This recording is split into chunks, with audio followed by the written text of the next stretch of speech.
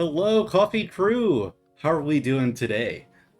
Hope y'all are well. We're doing another little build and chill. How's the music playback, by the way? If I need to turn it down, turn it up, anything like that, just let me know. More than happy to adjust on the fly. I figured out what the problem was the last time we did one of these, where we had like a double track audio thing going on with the music. I made a separate track for Spotify, but it was already coming from my desktop audio. You heard no music? Weird. You should be hearing music. Oh, you know what? Let me go into advanced audio properties. If it's been silent this whole time, that's upsetting. There we go. Monitor and output. Now you should. Also, Luna with the 15 stream streak. Look at you go. Hot diggity dog. How about that? But you should be hearing the music now. I had monitor and output turned off, and I've since turned that back on. Still nothing? Let me adjust the music slider. How about now? Can you hear anything? Because it shouldn't be muted. I have feedback on. I have input or I have playback going on here in OBS.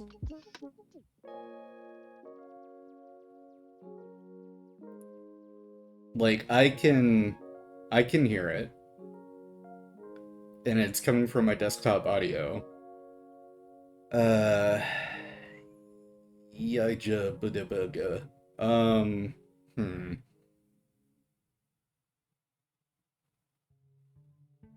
Not hearing anything, but I'm loud as day. Okay. This is annoying. Hey, Trip. Yo, a 10 stream streak. I didn't realize you were that high. Holy smokes. Okay. Trip, are you able to hear the music? Because it could be a Luna problem. Let me put music on full blast.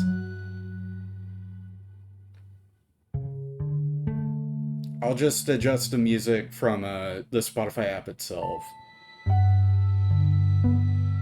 You can hear it now. Okay, so I may have had it too low on the okay, then I had it dialed back too far within OBS itself.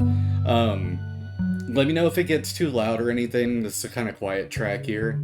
Also, talking about computer performance and everything, I did some tweaks. I did some tweaks with the OBS settings, and we should be getting a lot better performance out of this old rinky-dink computer that I've been using. So previous streams, I was clocking in at like 30-40% CPU usage on average. I'm sitting at 15%. I halved the workload that was coming out of this computer. Yeah, Trip's coming after you, Luna. You gotta watch out. You'll better settle it on or off the court. I don't care how it's done, but only one of you can be the true winner, and I can't wait to see who it is in the end. Who will lose their streak first? Also, we got an ad break coming up in about 50 seconds, just letting you all know. But today's gonna be just a hang and chill kind of build stream again. Haven't done one of these in a while. And the last one was very much like test the waters, see how it goes kind of thing. But it went well enough that I was like, shit, let's do it again. Because I love sharing my hobbies and interest with you guys, my viewers. So we built this guy right here. This is the make sure I'm like in frame and everything. This is the Zaku desert type. so we put in together during the last stream. All we have left are his weapons and stuff. Also, video clarity should be a lot higher. I put Video Ninja, which is the app that I'm using. I put Video Ninja on quality instead of balanced. So it should favor higher quality video output over trying to have a balanced frame rate, because I've got everything, frame rate and all that, that's over in OBS. That's not coming from the app itself, so it should, fingers crossed, be pretty good. And also I'm not noticing near as significant of a video delay whenever I jump between OBS and coming over to the stream manager here on Twitch, twitch.tv. So yeah. So we're gonna pick up right where we left off with vehicles and stuff. All right, this track's a little more upbeat, so this is one that I'll need y'all to let me know if I need to like dial it back or anything. And fantastic, pre-roll ads disabled for 32 minutes. You'll love to see it. Let me see which runner I need. I need H1. Where's my H1 runner? Is this it right here? That is indeed H1. So I need H1, 8, and 7.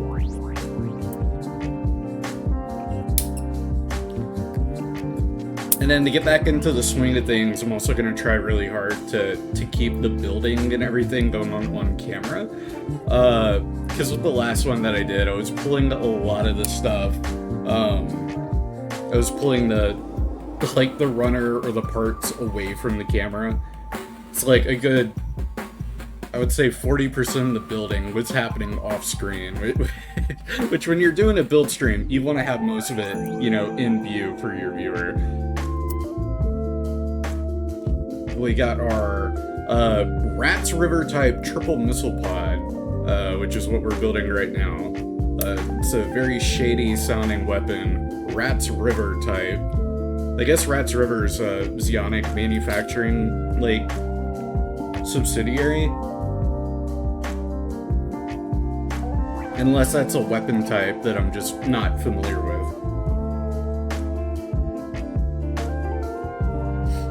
And then, yeah, my audio should be pretty good, because you can see it just off camera. I got my Blue Yeti Mini right over here. So I'm coming in on it pretty clear.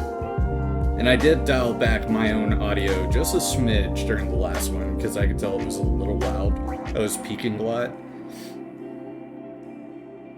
But otherwise, mic sound quality should be pretty comparable to the laptop in the living room.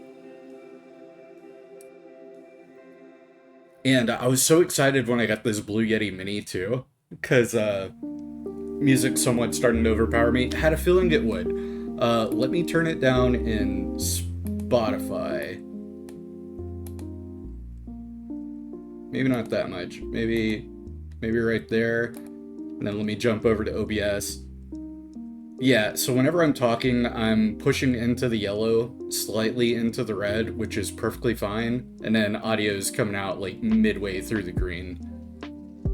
Barely tapping in the yellow whenever it's like the upbeat kind of hits. Okay, cool. So that should take care of that. So I got really excited about this Blue Yeti Mini. I found out that mine is try out experimental AI features? No thanks, Google. I don't like AI. I don't want it here. Keep it away, thanks. So my Blue Yeti Mini, I got it, and I found out I got a pre-Logitech one. Meaning that my particular Blue Yeti Mini was made before Yeti got bought out by Logitech, which I don't know any audio nerds that might be in chat, but like the pre-Logitech ones are pretty sought after from what I've seen. They have less issues. They have a little bit better build quality because whenever they got bought out by Logitech, they cheapened out a little bit on the manufacturing to cut down on cost on Logitech's end.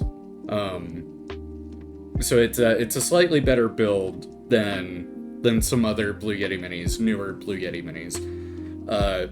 And I'm not just saying that. You can find videos of guys that like professionally tinker with mics and everything. They've taken apart the newer Blue Yetis, and it's like shoddier work putting it all together and all that. So pretty interesting stuff.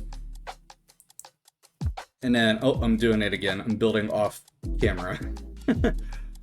There we go. Let me pop that in right there. And then our little rocket booster pods that are in the back, they need to tab into here. There we go. And then this whole thing will just pop right onto the little arm brace. And then he's got a whole triple little rocket wrist pod thing going on, which is pretty cool. It didn't show up super well on camera, but take what you can get. So we got that built. Next we got and this is another fantastic Xeon kind of weapon name, the SA-712 Cracker Pods. You've heard of Cracker Barrel, get ready for Cracker Pods. And those are also coming from the H runner. So I need H12. There should be two of them. Yes, there are. So H12. And we'll have two of these. Hey, Amish, how you doing, man? Hope you're well. Good to see you. And then we need H11 as well.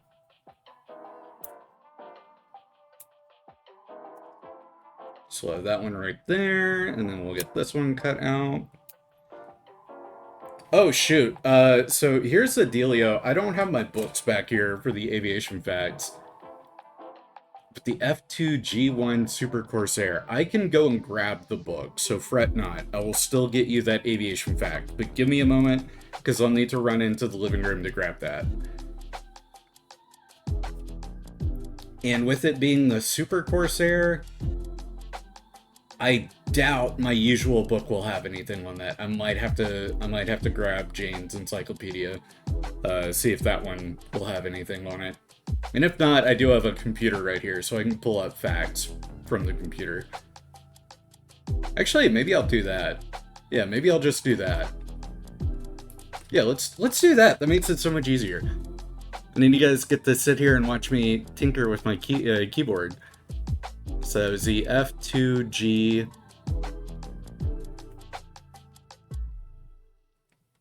One Super Corsair? Yeah, F2G1 Super Corsair. Oh, it's by Goodyear. I keep forgetting Corsair was Goodyear. That's kind of funny. Huh.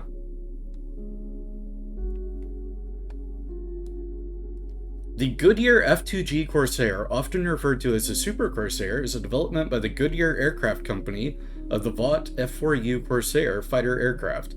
The F2G was intended as a low-altitude interceptor and was equipped with a 28-cylinder, 4-row Pratt & Whitney R4360 air-cooled radial engine. Such a fighter was first conceived in 1939 when Pratt & Whitney first proposed an immense 3,000 HP, 2,200 kilowatt R4360, and design work began in early 1944. And then also, I didn't hear the alert. Why did I not hear the alert? Hold the phone. Oh, do I not have an audio log for... Alert should be on. Let me do monitor and output. I think that's what I need to do. And then unhide. Weird that I'm not seeing the alerts. Add a source. Maybe I need to... I'm trying to remember how to do this. Alerts, properties.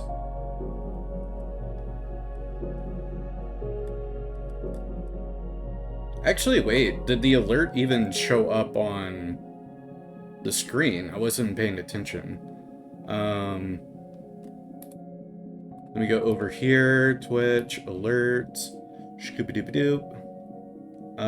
Edit alerts.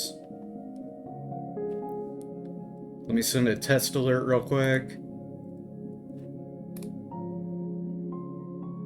Yeah, it's not showing up. Okay, so my input must not be right. Copy.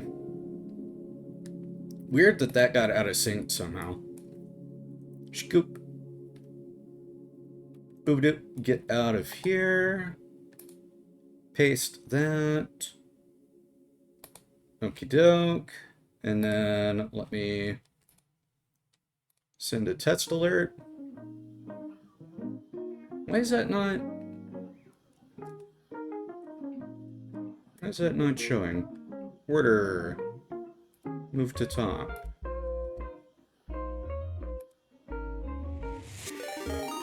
Yeah, that played here. And then whenever I send it to OBS, it's not doing right. Interesting. Why are you not doing that right? Huh. Let me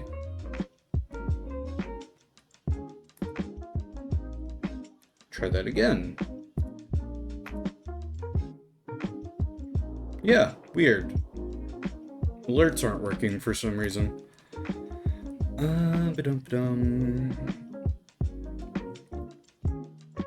Because the test alert that I just finangled with, it worked. We get to have fun troubleshooting my streams live. Wowee. You love to see it, huh? Anyway, let me finish up this Corsair fact.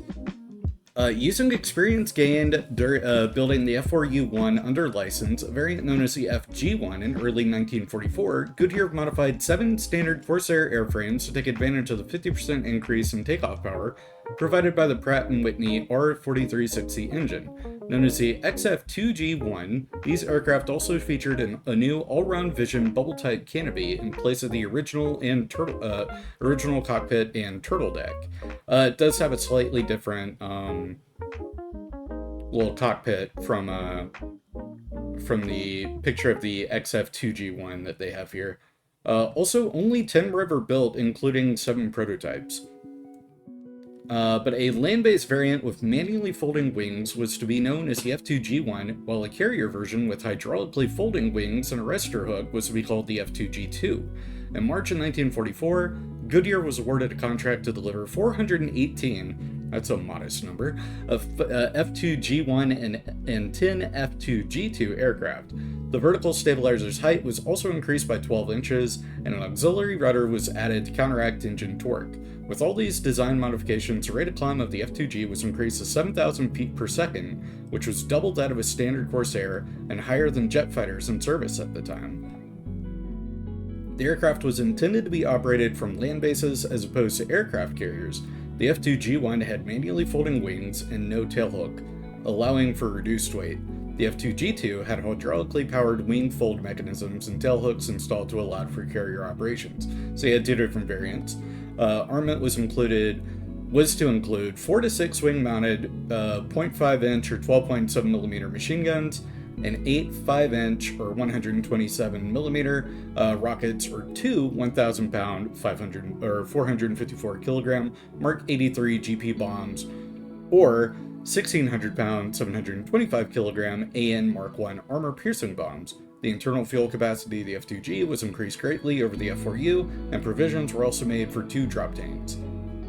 However, post-production testing revealed deficiencies in lateral control and insufficient speed, which were bars to further development of the design. In addition, the Grumman F8F Bearcat, a rival design that had also entered production, had performance comparable to the F2G, even though it was powered with the same engine as the original F4U.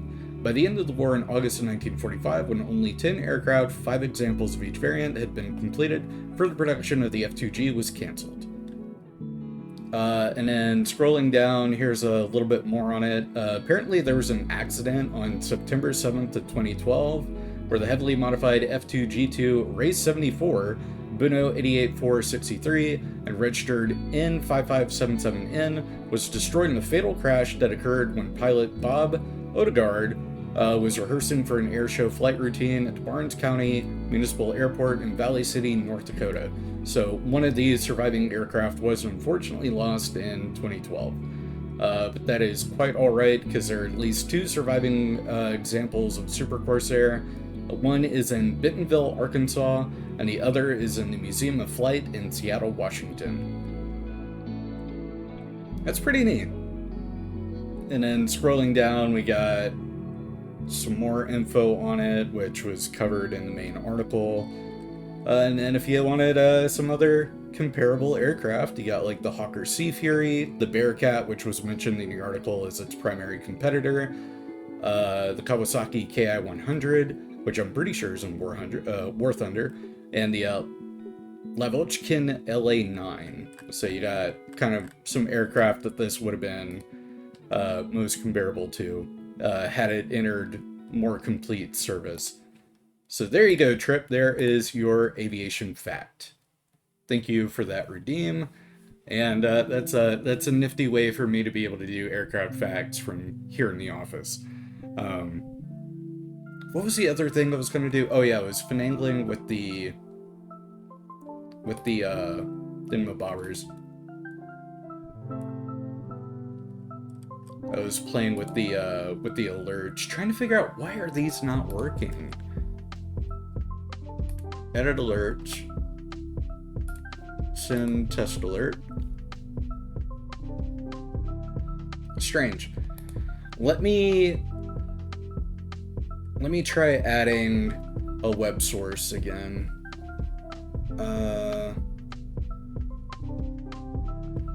Browser, there we go. I'm just gonna call it browser. Uh-oh, it's taking up taking up the screen. Oh no. And then send test alert. Yeah, that's not going through either. Huh. Okay. Well, go ahead and remove that then. I wonder why that's not working. Strange. Okay, so I won't be able to hear any of the alerts whenever I'm in here, I guess. I wonder if anyone else is having problems with those.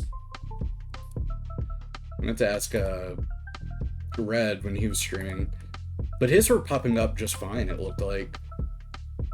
Anyway, not gonna waste any more time on that. Let's get back to building.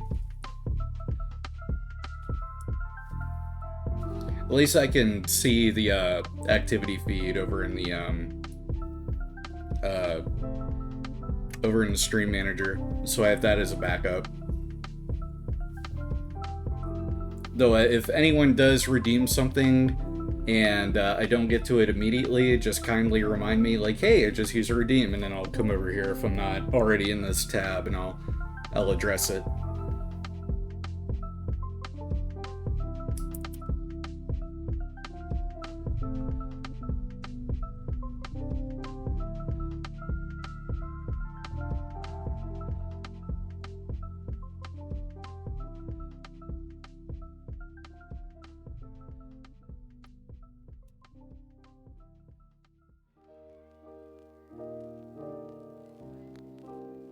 Alright, that is that one all cleaned up. Let's get this one cleaned up.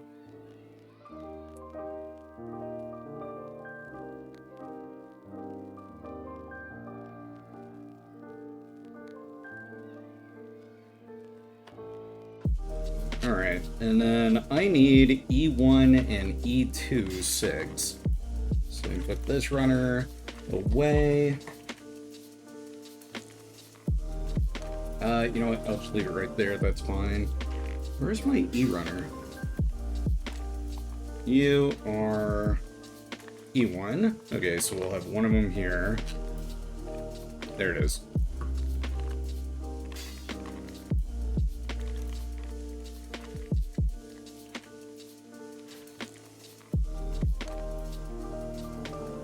And then I've got E2 is over here somewhere. Here we go.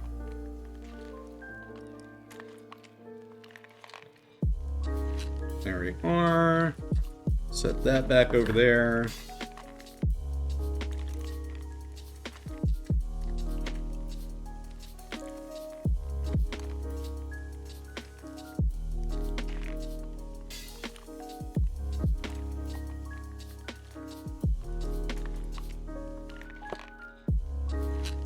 And then it shows that you tab these onto the inner connector. There we go. Okay. And then this whole thing pops onto there, and then it folds in on itself. Okay, cool. And then those tab into the side skirts, just like so.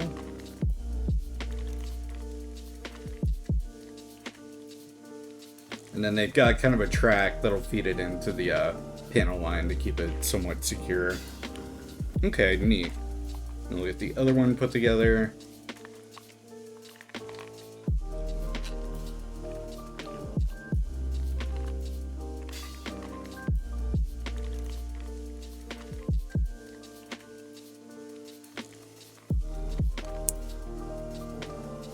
I guess I should have known that there wasn't a alert going on, because no, actually I take that back. The stream streak, that doesn't have a little notification pop up, though I feel like it should. I don't know if that's a case if I need to go into alerts and set one up, or it just doesn't have one to begin with. Anywho.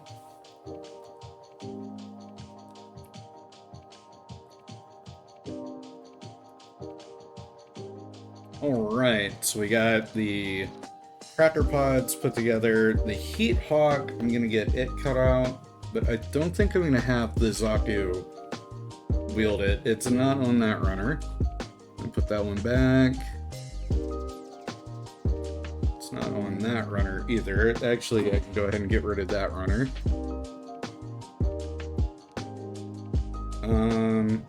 Not on that runner either. We'll get rid of that one. So by process of elimination, it should be right here. I do. I got hands. Welcome in, Hawks. Good to see you.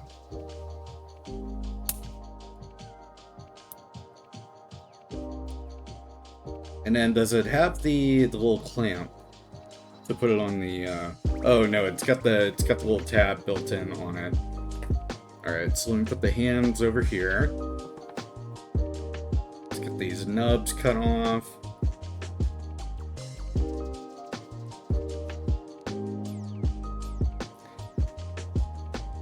Arson, good to see you. Welcome in. And we have an extra tab here on the back where I could put the heat hawk on its back skirt. Uh-oh. Oh, I'd lost the stream's dying. Hold on. Yeah, it's kind of glitching out over here too. Huh. Weird. Oh yeah. Oh, we've got a lot of dropped frames. Why are there so many dropped frames? I've never had that happen before. Huh. Weird. I've never had dropped frames. Anyway. Let me refresh Stream Manager just to be safe. I don't really like the way that the back skirt, or the heat hawk looks on the back skirt, so I'm going to take that off. Put our Zaku back over here. Yeah, it's very strange. We're having a couple of stream issues. Hopefully they don't persist. I did change up a lot of OBS settings, so could be a matter of connection issues.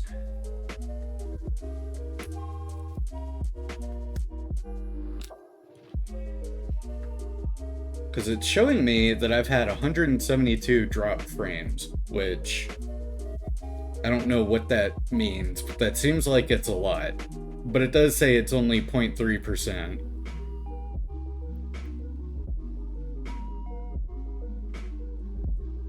Oh, you love the build mats that make the builds look so, or the setups look so professional? Yeah, no, I love the build mats. They're great. You can get them pretty cheap too. And I'm trying to think what else. Oh, been messing with my OBS trying to figure out how to set up a death counter, and I'm struggling. I feel like a lot of people, they have that set up as a yeah, I just had a lot more drop frames all of a sudden. Weird. Maybe it's because I'm swapping between OBS and the whatchamacallit, Stream Manager. Maybe I shouldn't be doing that so much. Because whenever I tab between little articles and places, it seems to trip that up. So maybe I won't do that. So let me just stay here in OBS. I can read chat from here. Oh, but unfortunately, whenever I do that, I can't see if any redeems were made. Shoot. Yeah, it's something I'll have to play with. But with the death counter, I think a lot of people use like Stream Elements or Streamlabs, and it's an add-on that like you find a preset one already. I don't know how you would do that with OBS, but I'm sure you could find a tutorial online that would show you how you do that. Shouldn't be too difficult. What was I? Yeah, wait, let me just test my theory real quick. Let me tab over to whatchamacallit, Stream Manager. And then let me tab back over here. I don't see any drop frames. Weird. Yeah. I use Mix It Up that lets you do it, but I haven't figured it out yet. Oh, okay, gotcha. Yeah, I'm not familiar with other programs. I've only ever used OBS. So my area of expertise lies entirely with OBS. And yeah, I'm flipping between Stream Manager and OBS itself. And I'm not seeing it drop any more frames. So maybe I was just doing something weird that was making it do that. So hopefully no more. Yeah. All right. So I'm gonna keep Stream Manager pulled up just so I can see if any redeems get used and stuff like that, and it lets me keep a better tab on whatchamacallit, ads. There we go. That's the word. Yeah, it lets me keep tabs on ads. But let me see what our next weapon is. I'm all over the place. I'm sorry, guys. We have the 120 AS machine gun, which is a little like snub Zaku machine gun. Oh, we get like little mini twin missile pods, like the jackhammer that the Zaku cannon gets. I might put those on actually. That's pretty cool. Yeah, I might have those on it. Or I might have one side will be that, and then the other side will be the little cracker pod. Yeah, that could be fun. That could be cool. Let me take this one off if that's going to be the case. There we go. So I'll take that off. That can go in the spare parts bin. Set you back up over here, and let's get the parts for that machine gun, shall we? So that's going to be from our E-runner.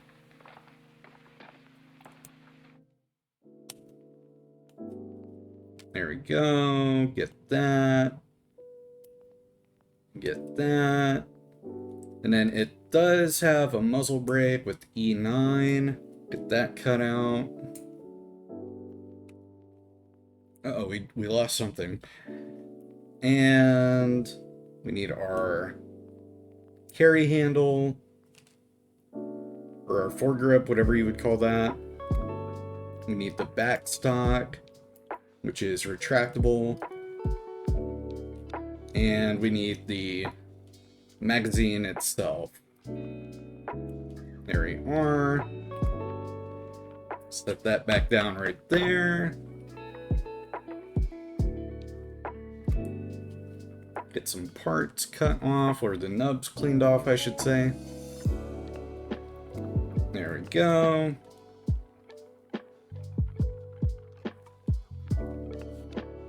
That front grip cleaned. And the stock.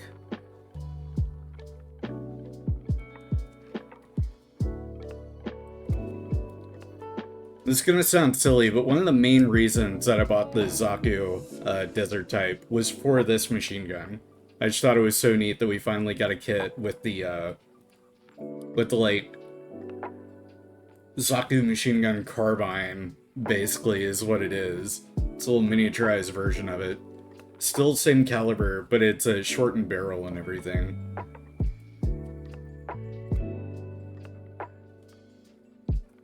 And I think the 120 signifies that it's 120 millimeters.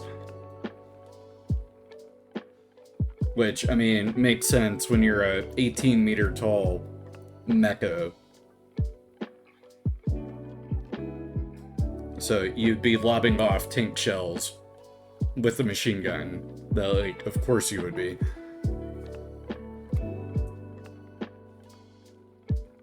And let me see here. The handle needs to be facing outwards. Yeah, it needs to clip in right here.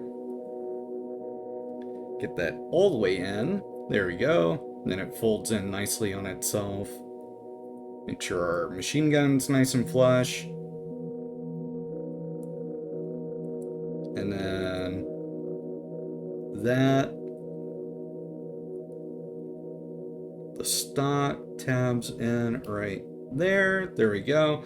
And it's got a little stopper so you can't accidentally fold it down too far. In most of the pictures, it looks like it's folded up, but it can fold down to be more of a, like, shoulder restable kind of position. But yeah, two different positions for that. And that is a nub. This is our muzzle brake. Let's get the muzzle brake cleaned up.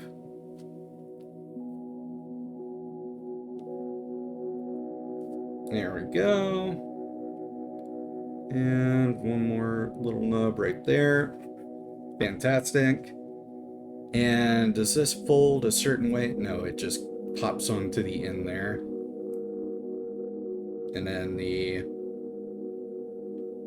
magazine does have a tab which goes a specific way. There we go. And there's our little miniaturized Zaku machine gun. I wish I had a full-scale one that I could compare it to. Maybe I'll pull one out from the spare parts bin. I'm sure I've got a couple lying in there. Let me jump over into OBS real quick. Yeah, I haven't dropped any other frames, so I think it was just from tabbing over into other tabs that I maybe shouldn't have been doing in the manner that I was. Computers, you gotta love them. And then yeah, let's get those Rats River type twin missile pods. Let's get these put together real quick. And then our Zaku's assembled. We don't have anything else left. Aside from the hands and extra polycaps, which actually, we get those spare polycaps popped off and placed over on the side here. I'll get the rest of those in a minute, but those are right there. Those are backs of hands, those are backs of hands. Here we go. So we got H14, H15, and H13. So 4...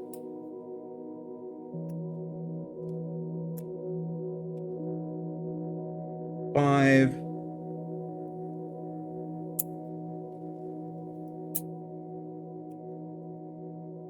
and 3.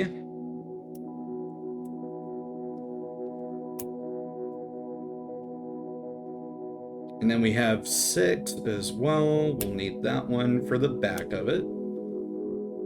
It's kind of the back release where the cartridge would shoot out after it was used. And then we got a handle as well. And then that is it for that runner. Possibly pop back in later, have a good stream if I don't come back. Thanks for stopping by. Either way, Trip, always appreciated. We love our lurkers here. That just flew off into the nether, wherever it went. Oh yeah, and for those that like to play around with commands, we got quite a few in here. So we got the slap command. If you use exclamation slap, you'll slap yourself with a variety of items. Or if you put in another user's name, you will slap them. You can even slap me if you want. And then also we have got exclamation Discord. We do have a Discord server. So if you want to come to the official Chewy Coffee Crew hangout, exclamation Discord is your one-stop shop for that link. And then we also have exclamation 8ball, where you can ask 8ball your burning questions. 8ball is very wise and is never wrong. At least, not from what I've seen.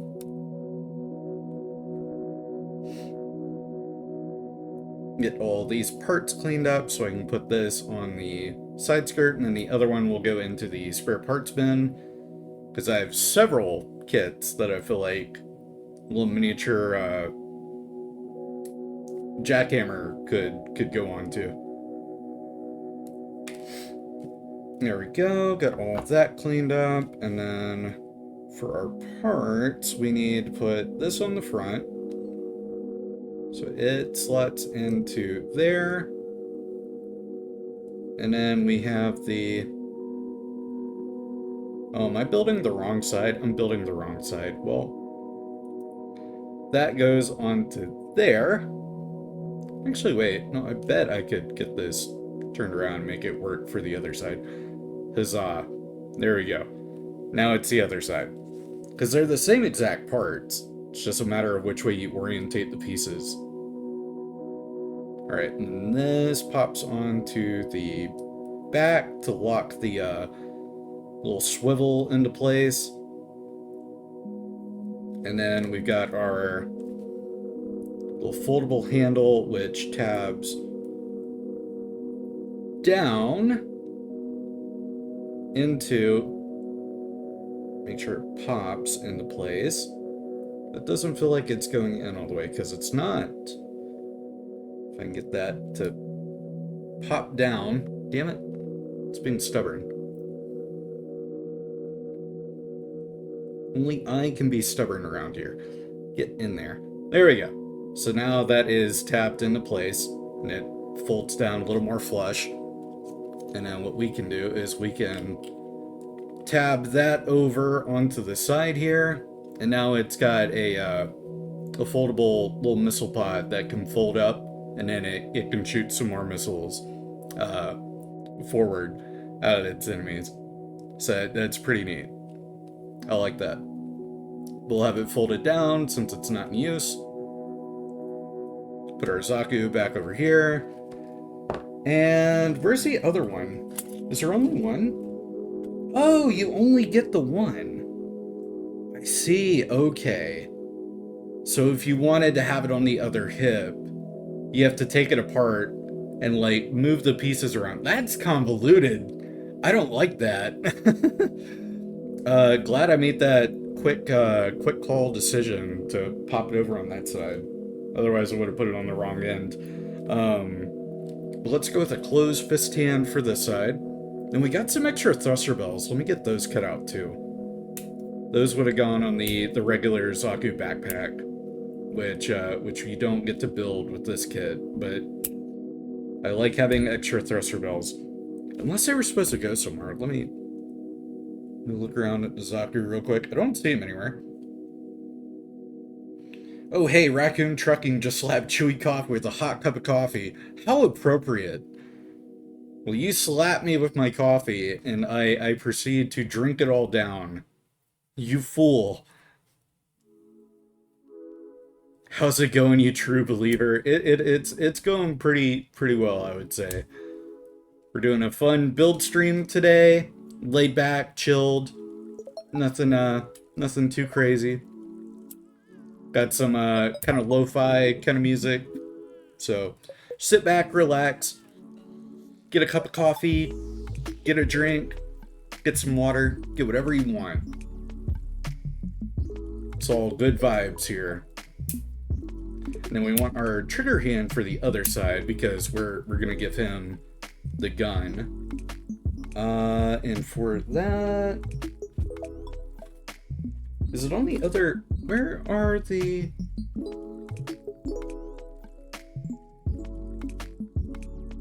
There it is. Okay, I was blind. I could not see that for some reason. There we go. So those go together, and then these are all spare hands. I'm gonna put them over there for now.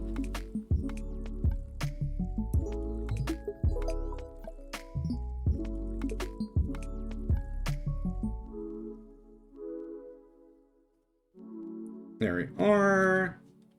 And then we got the closed fist, or, well, open fist, I should say. Because this guy doesn't get a closed fist, which is a bit of a shame, but hardly any of the Origins kits actually get a closed fist hand, which is unfortunate, but that's Bandai cutting corners where they can to make the kits, you know, $2 less than they would have been or whatever.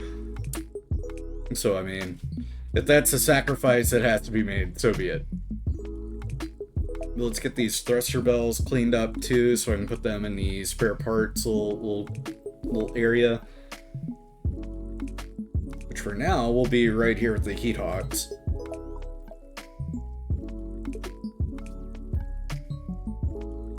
And then where are my cats? I haven't seen them like all stream.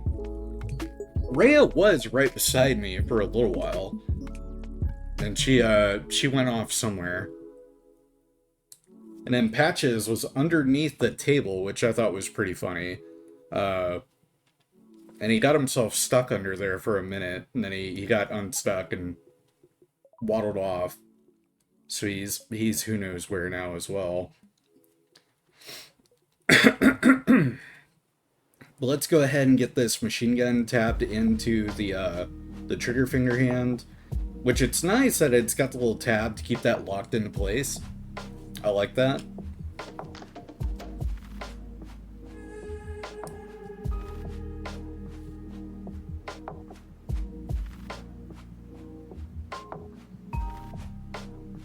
And there we go, got all that cleaned up. So we can pop on the other side of the hand. And then that's nice and locked in there, it's not going anywhere.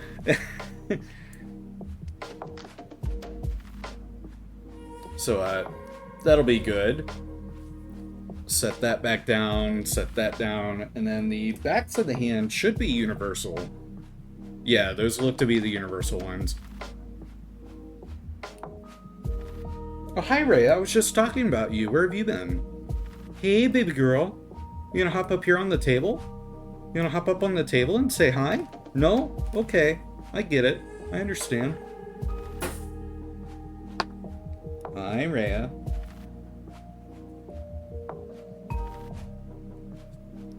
And let's get the arm covers, hand covers cleaned up. And get that popped onto there.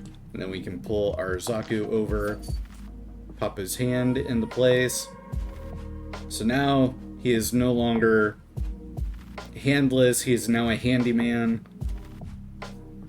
I'll see myself out with that one.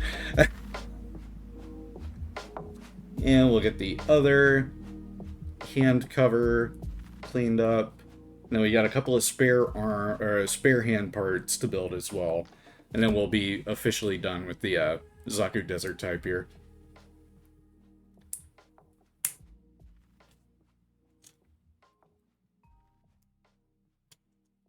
Pop that into place. And there we go. Now he's armed and dangerous. That's, again, a fantastic looking little Zaku. I love the shortened machine gun. Let me pull it down a little so he's more in frame. Fantastic little kit. It was a lot of fun to build. Pretty quick build. We built the whole kit in like a 3-hour stream during the sorry, blowing a cat hair off of him. During the last session that we did. So pretty quick, all things considered. And we're gonna set him aside. We're gonna put him over here. We'll put him behind the mic. And let's see, what was the other part that I needed for him? Oh no, he's holding the gun, so he's good. He's locked tight. Oh, dropping my box. But yeah, it was the Zaku Desert type. That was the entirety of its parts.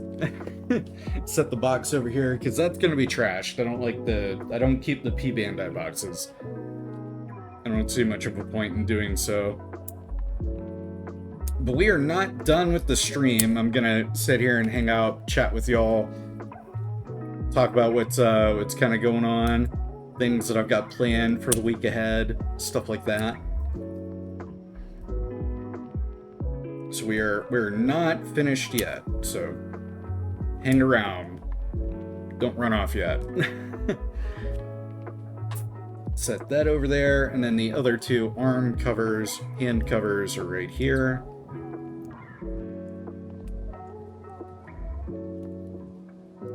There we go, and there we go. Pop that in there, set that aside. Because I wanted to show you guys the next kit that we'll be building. And then I wanted to show you guys a couple of games that I've picked up over the last few weeks that I've kind of talked about on stream, but I haven't been able to show them, if that makes sense. It's something that I used to do with the Wednesday Wednesday Chewy Coffee show, where I would like physically show off games that I bought, like on camera and stuff. It was a lot of fun. And just tabbed over again to OBS, and no additional drop frames, so I was clearly doing something wrong earlier.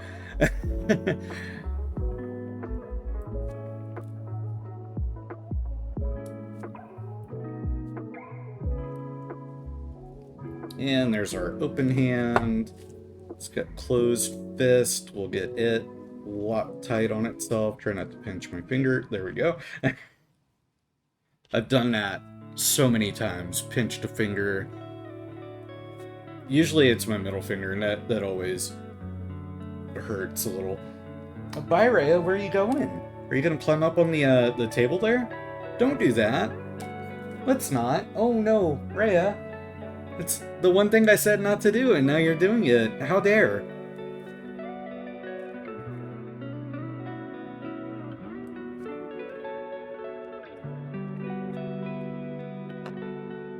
All right, you can hang out on the table. Just don't knock over. Don't knock anything over. That'd be much appreciated. And there we go. Spare hands built, done. Huzzah. I'm gonna set the manual up here because I'm still gonna need that later on. But I was gonna show off one of the neat tools that I got. So I got this like runner separator. I don't know how well it works. I've only used it for the spare parts building so far, but it was like $5. I said, shoot, I'll grab it. It was at Hobby Lobby. Thought, why not? But the main thing that I wanted to show off was the Y-Wing. I got the Bandai Y-Wing. So this will be our next build stream. Don't know when it'll be, but this will be the next kit that we put together. And I was so excited that they had it. They had all their box model kits for 40% off. So instead of the usual like $40, $38, whatever it would have come out being, I got it for like $28, which I thought was a steal. So I got that. Real excited for that. And then I also, we ran to GameStop afterwards, and I was able to pick up a few games. And I was going to show those off too. So GameStop, they had the like buy two get two, or no, it's a buy four for 20 and get like, or buy 4 games $10 or less. There it was. So it was a buy 4 games for $10 or less, and it would all come out being 20. So I grabbed $40 worth of games pretty much and got them for 20. So I got Prey. I've never played Prey before, and now I have it. So we'll definitely play that. It's the newer one. I want to get the original Prey. So maybe one day I'll grab that. But it was in pretty great shape. So we got that. I also got World of Final Fantasy, which was like the only physical PS4, PS5 Final Fantasy game that I didn't have in my collection. So I grabbed that. It was also in pretty great shape, and the little bonus code It little bonus code for the Sephiroth, White Chocobo, Glow Moogle, and Red Bonnetberry. It still worked, so I was able to get the like bonus day one DLC without having to like scour the internet for codes. The codes still worked, and I sent it to a buddy and asked if he would like try it out and see if it would work for him, but I haven't heard back from him. And then on top of the GameStop games, I also had a couple of Throne gift games come in, namely the Resistance trilogy. So I got Resistance Fall of Man on the PlayStation 3. This was like a PlayStation 3 launch title, or as close to launch title. I can't remember exactly. But it came in really great shape. It came in the original box. All I had to do was do some cleanup. So it came in great shape. Disc was great too. It's not a complete in box. It doesn't have the manual. But that was the only thing that it was missing. So let me set that over there.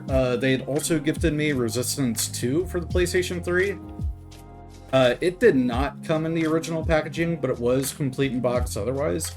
So I did a case swap for Resistance 2, and it worked out just fine. And then they also gifted Resistance 3. So again, mystery gifter, whoever the hell you are, you're a real one for that. I've got the entire Resistance trilogy, and this one also wasn't complete in box. It's missing the manual. But for PlayStation 3 games, I'm not too miffed about that. Around the PlayStation 3, PS4 era, game studios, they quit including a big manual anyway. That's more of a product of like the GameCube, PlayStation 1, PS2 kind of era. But then for some other grabs, going back to GameStop, the other game that I got in that was Kingdom Hearts 2.5 for the PlayStation 3. And that was complete in box, which I was very happy about that. Hey, Brohan! Meow to you too. So we got Kingdom Hearts 2.5, and then on eBay, I found Kingdom Hearts 1.5 for $9.99 with free shipping. So I was pretty happy about that. And it was also complete in box. The disc is in my PlayStation 3. Don't panic like I almost did for a split second. So that one's in the PlayStation 3 right now. Because I plan to, after I finish Final Fantasy X-2, we're going to play through the Kingdom Hearts series. Or we'll play Kingdom Hearts 1 at least on the PlayStation 3. And then we'll go from there. And then the last game that I kind of grabbed recently was Katamari Forever. So you guys really loved Katamari Damacy, and we love Katamari. And Beautiful Katamari for that fact. So I grabbed Beautiful Katamari, which was the PlayStation 3 exclusive one. And this one is still, to my knowledge, locked entirely to the PlayStation 3. And I got it complete in box. So that'll be showing up soonish. Because I love the Katamari Damacy series. So having the big love letter PS3 kind of game, this was the last full-fledged Katamari game that came out. All the other ones have been remakes, or they were like mobile spin-off kind of deals. So Katamari Forever, I was pretty happy about grabbing that. That was one that I got, I think, for $15, maybe $15, $20. It was in that kind of range. Brohan, how goes it? It goes pretty well. We're having a fun, laid-back, chill build stream, so can't complain. How are you today? Hope you're doing well. Let me get these polycaps cut out, because I've got a big bin of spare polycaps. Not to be confused with Big Ben, the clock tower in London. I don't have Big Ben in my living room. Not yet, at least. Tired Ben, I'm tired, been at the fair all day. What are we crafting? So we had just finished, you were here for the previous build stream, where we finished up the Zaku desert type. So we just got done putting together its weapons, which, I mean, half of that time was spent just kind of hanging and chatting So that's why it's taken us an hour to get that done. So we finished that up, and then the rest of it's been just kind of hanging. And then we're gonna do some spare parts and box breakdown kind of stuff like I used to do with some of the other laid back Chewy Coffee, Chewy Cocktail type streams. Which, speaking of, I might go and fix up a cocktail. It is after 5 after all. And I'm feeling that thirst for a good drink. So I might go grab that in a few.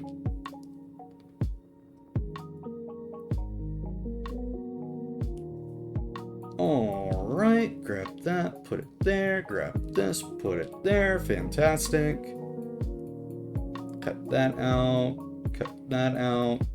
And then I would do like a Chewy Coffee hang and chill where we'd have people hop in to chat with me and hang out for a while.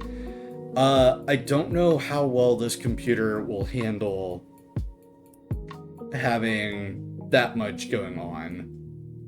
So I'm a little hesitant to try and include Discord audio over here.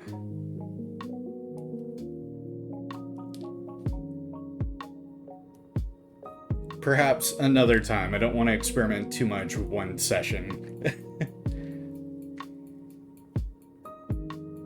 And then I'd almost titled the video like, let's go ahead and make this the Q&A stream. But I decided to hold off. I want to keep it for Wednesday and Thursday this week coming up. Or I guess this week, it is Sunday. But Wednesday and Thursday are going to be the actual like Q&A 250 follower celebration kind of days. So I'll have all that fun stuff going on.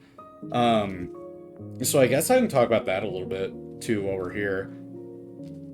But first, let me go and fix up that drink and grab another box to start breaking down. So let me throw up that BRB screen. I'll be back in a few. You guys hold tight.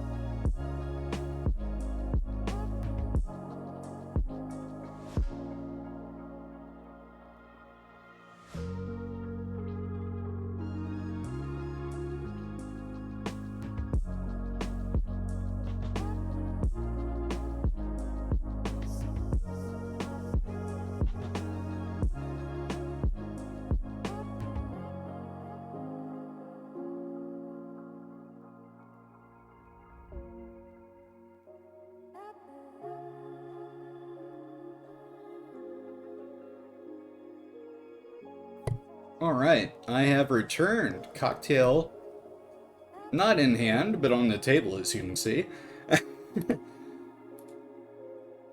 Let me flip around here real quick, and let me get up and grab another box. Let's see here.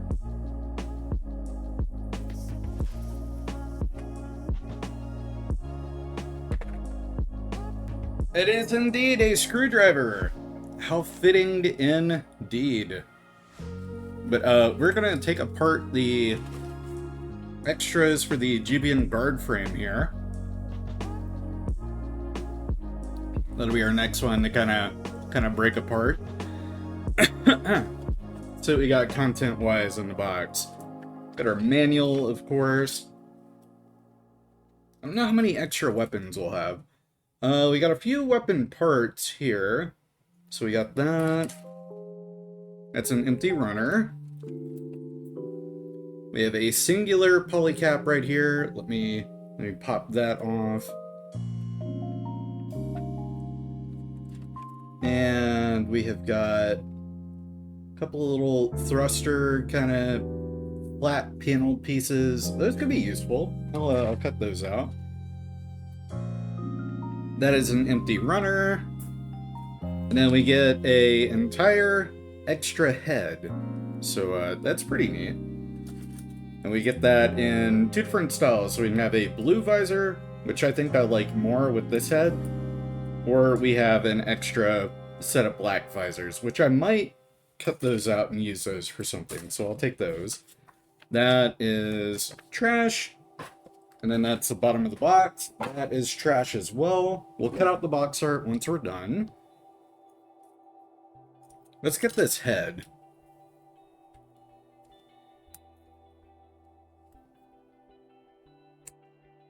Hi, Rhea. As soon as I put a box down, it's like, ooh, a new toy to play with.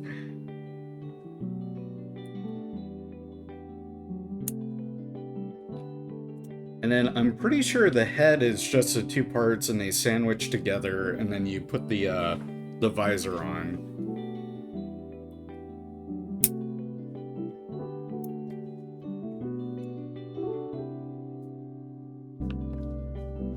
Yeah, I'm pretty sure that's the case here.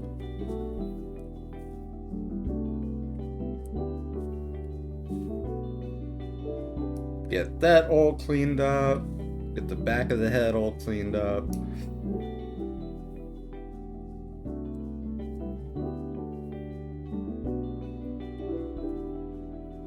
I am going to try and put the visor on the front part of the face, like, beforehand, just in case it does, like, snap in, lock into place with the other headpiece. So let me slide that on in. And then, yeah, okay, I'm glad I did it that way, because that is exactly how it intends for you to put that head together. So we got our extra head. Try and hold that up. Lovely blue visor. But it's a very rounded, kind of astronaut-y kind of head. It's not super great in focus. Let me put my hand behind it. Maybe that'll help. Yeah, that helps a little bit. So we got our kind of astronaut-y kind of head. Put that down here in the spare parts. I'm gonna go ahead and cut out the boxy visor. I don't need the flat. I don't think I'll be able to use that for anything. But I like to save as many extra parts as I can. Just cut back on, like, plastic waste that I'm producing.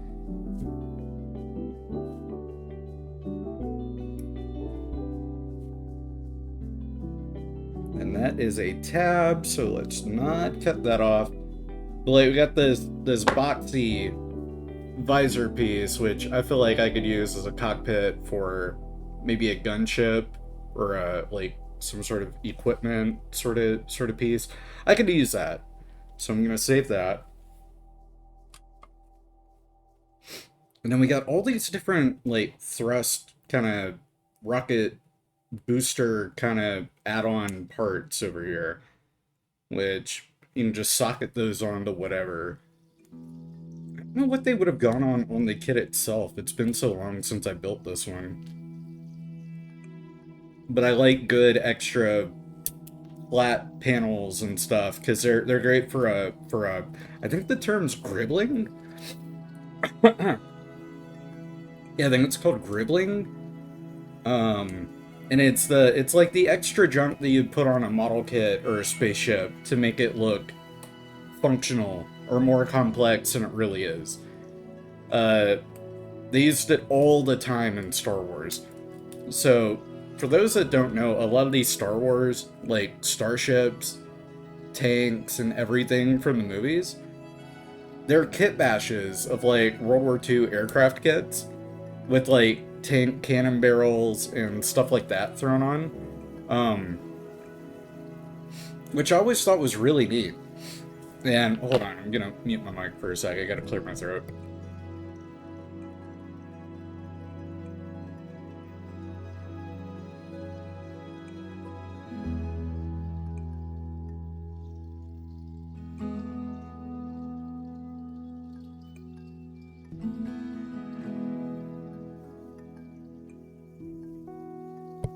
All right, I'm good. I could feel something like in my throat. I had to get that cleared out.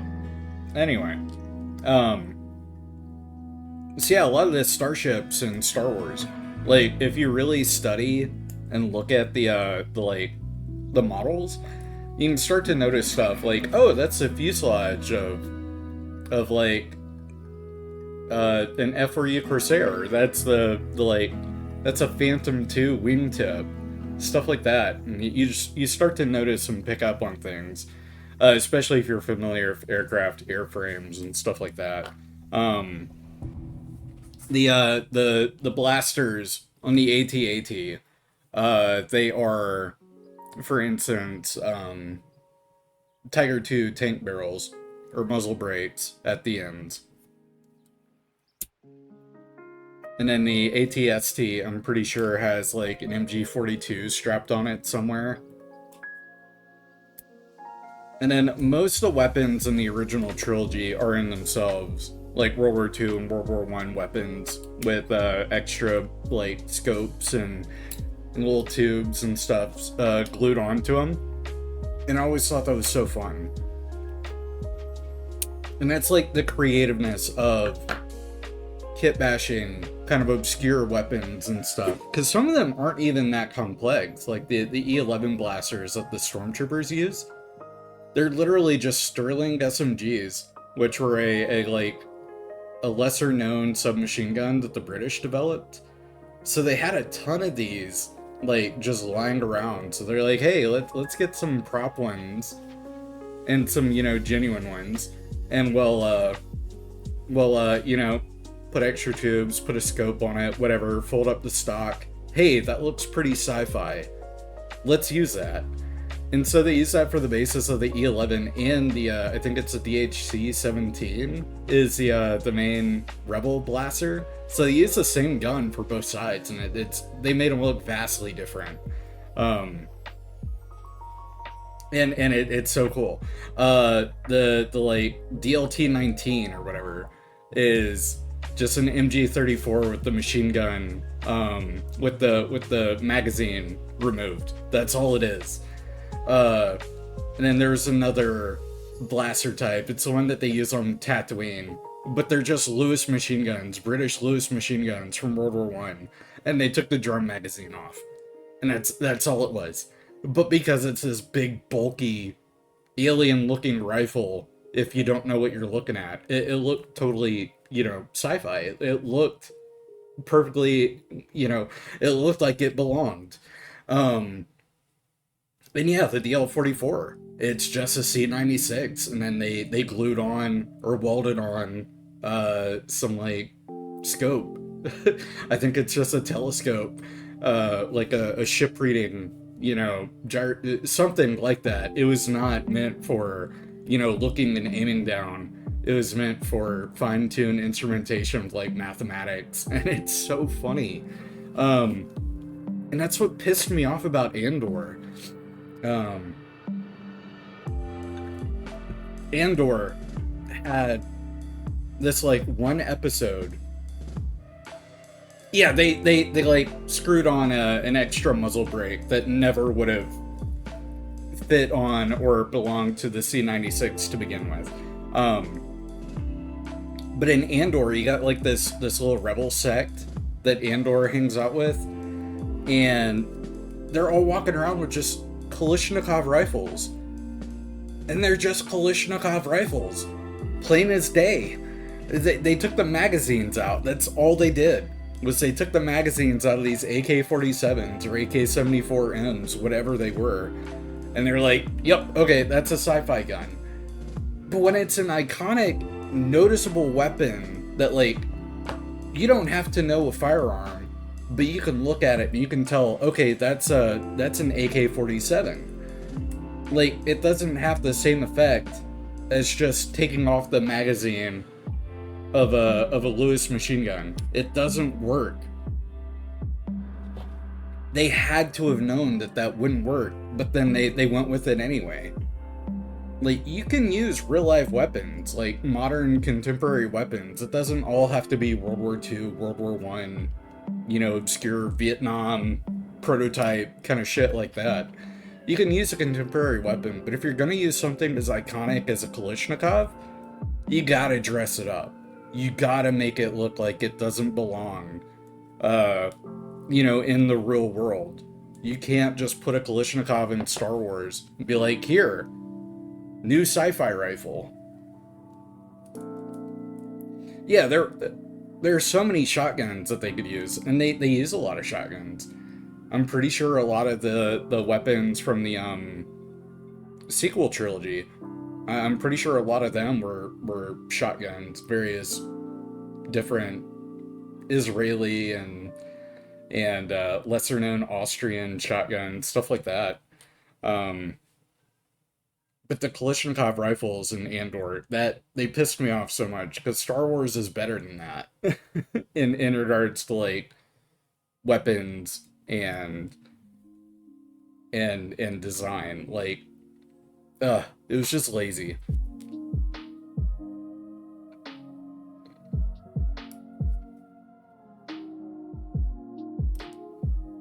And now we're just cutting off the little nubs on the little thruster kind of pieces that I had pointed out and said, "Oh, that looks good. That looks good."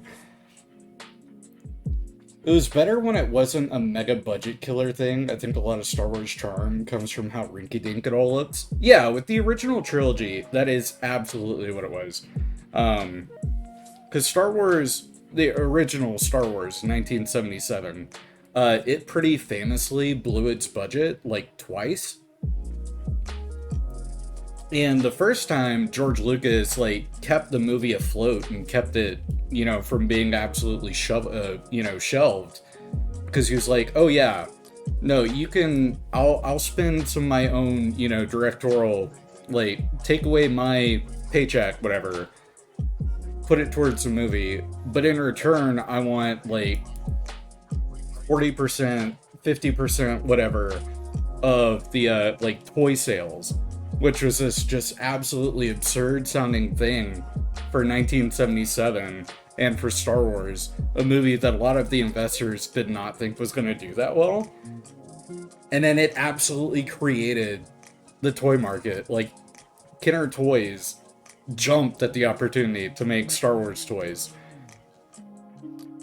And then they ended up selling so well that kind of famously, Christmas of 1977, Kenner Toys, for a lot of these toys, they had to basically print out an IOU and have that wrapped up for Christmas. Like, kids were opening empty boxes with an IOU from Kenner saying, hey, we haven't made all of them yet, but you've got a Darth Vader action figure, or you've got the Death Star playset, you've got whatever from Kenner Toys, because they weren't able to make enough to meet demand. It was that big of a deal.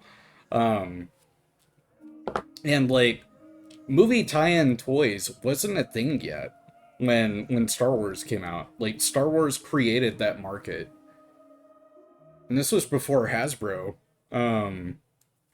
because like Kinners are now defunct. I think they got bought by Hasbro. Um, but yeah, it was like that was one of the things that created the action figure kind of toy market.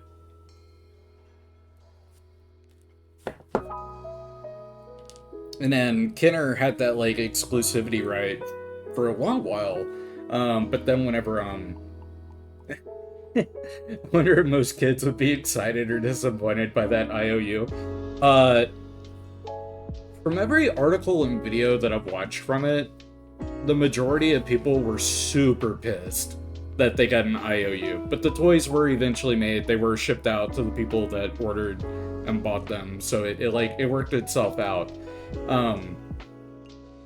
But it was only for the first Star Wars movie. But like the time Empire Strikes Back and Return of the Jedi came out, Kenner had like they were at the top of their game making toys for those movies. So their toy production kind of debacles weren't near as bad. But it was just for that first Star Wars movie, because nobody expected. Kenner didn't expect it. George Lucas didn't expect it. 20th Century Fox didn't expect it. That Star Wars would be that big of a deal, and sell that many toys.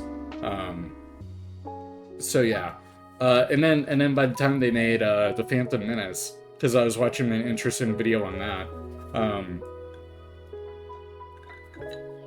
With the Phantom Menace, Lucasfilm, they got like really loose with like who they would allow to make Star Wars toys, because Kenner had lost the exclusivity for it. Kenner had gone under.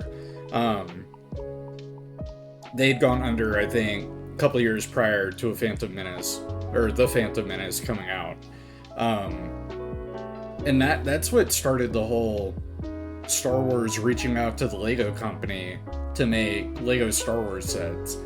And Lego originally was pushing back because they were concerned, and in Hots, I've told you about this before,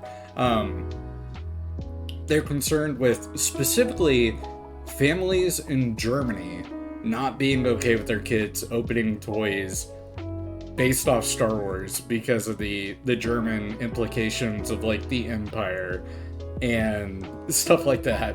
And it was so silly. But then they did all the polling. They asked families in Germany what their thoughts on the Star Wars IP was, I guess. And it was overwhelmingly positive. So Lego Group finally said, okay, Lucasfilms, you can make, or we will partner with you to make Lego Star Wars sets. And it turned into a almost similar to Kenner kind of thing, where Lego Group had to scramble to create the first wave of Lego Star Wars kits. Most Lego themes and whatnot had like a 2-year development plan. And whenever they finally sealed the deal on Star Wars, I think they had like an 8-month window for developing all the new kits and everything. But they kind of lucked out because a lot of the big designers for Lego at the time were already really big Star Wars fans. So they had already made a lot of designs just on their own time. Like, they weren't going to pitch them to, higher ups because they didn't have the rights to Star Wars yet. But they had made the designs already, so it helped to streamline that kind of process. But it's why that initial wave of Lego Star Wars kits is maybe a little weak, because they had, I think, 5 or 6 that tied in with the Phantom Menace, and then to pad out their release, they had like 3 or 4 kits that were based on the original trilogy. And that's how Lego Star Wars came to be. And it just celebrated its like 25th anniversary, or it's celebrating its 25th anniversary this year. So we got a lot of really cool Lego Star Wars sets this year. So yeah, there you have it. A little Chewy Coffee Lego dump of the day.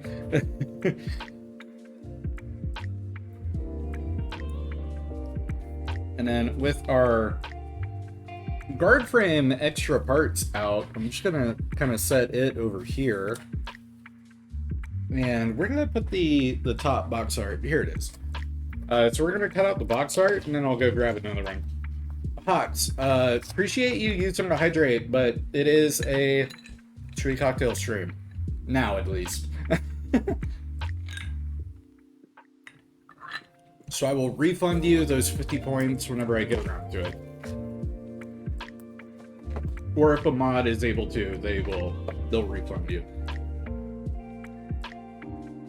Where is my X-Acto knife? Here it is.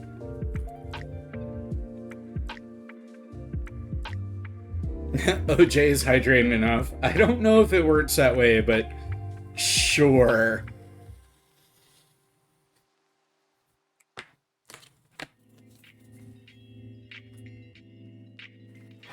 I'm constantly dehydrated. Brother, I feel that. Being a coffeeholic and like the primary thing that I drink throughout most of the day being coffee, I know that all too well. I need to drink more water. And I'm trying to do better about it, especially when I'm at work.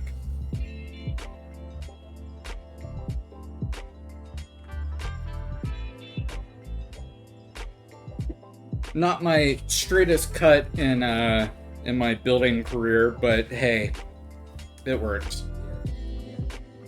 But yeah, no, especially at work. Like, thankfully, we have like water bottles that we get to sell to our customers, guests to the museum. And one of the perks of working the front office is that anytime I want to grab a bottle of water, I just can. So I always have access to water, thankfully. So I do stay pretty hydrated at work. But then it's once I'm back home, it's like, okay, do I want to make my afternoon cup of coffee? Do I want to jump into some beer and cocktails? What am I feeling? And then I go from there.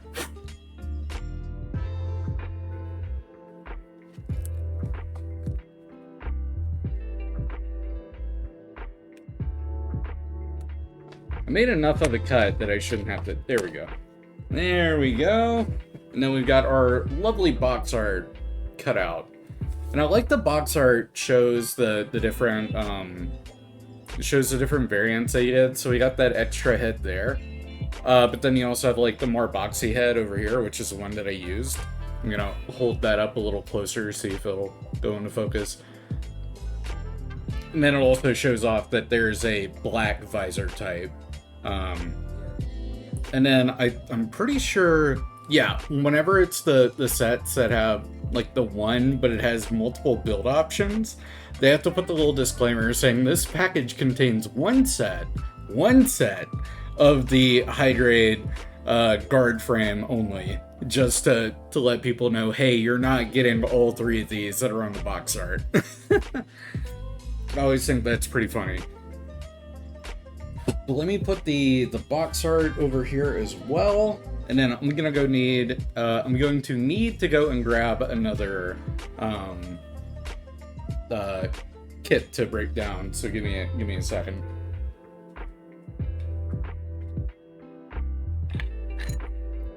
Finish off my drink in the process. All right. Baby girl.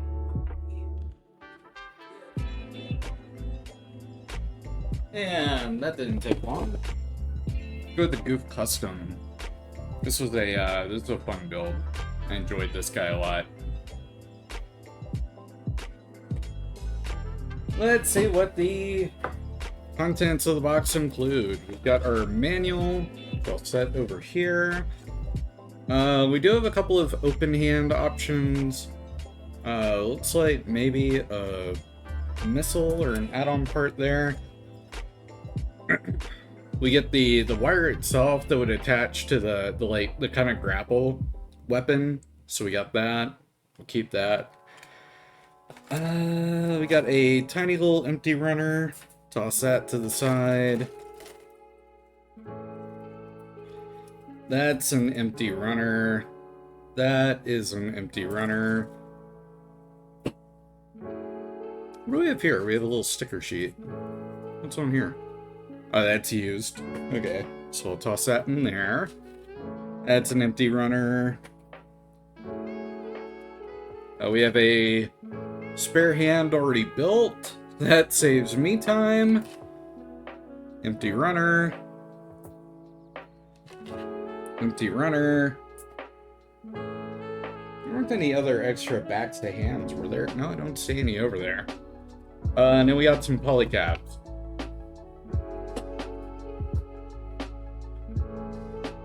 Which polycaps are easy enough. I'll pop them off and set them over here.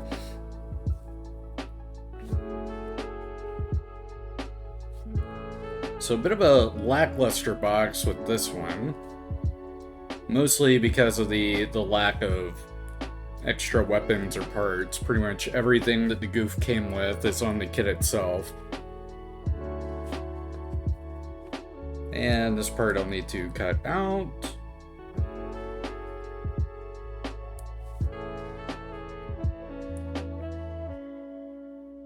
It's a nice track. I like the saxophone in it.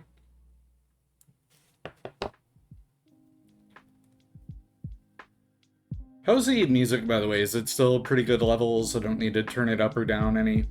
It's pretty level. Now, what do we have here that I was going to save? We got an open hand, but we don't have a back to use on it, so it's kind of silly to save that. I will save this, though. A little grapple attachment. Level is alright. Good to hear.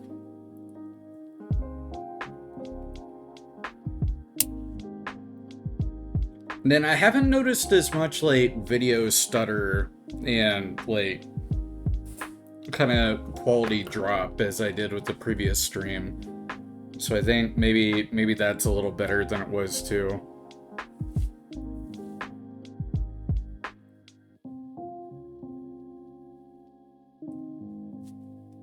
There we go. A very tiny grapple attachment. And then we got our wire, which I'll put over here. And then that means we're done with this box art. So let me get that broken up so I can cut that out.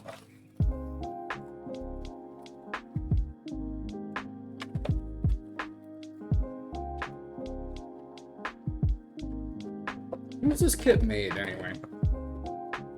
That's from 2010. Okay.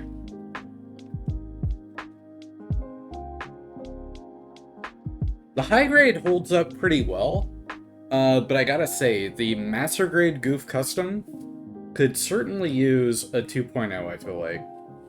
I would not complain if we got a 2.0 Goof Custom. Hell, I wouldn't complain if we got an RE100 Goof Custom. Just give us an upgraded version of the kit, please.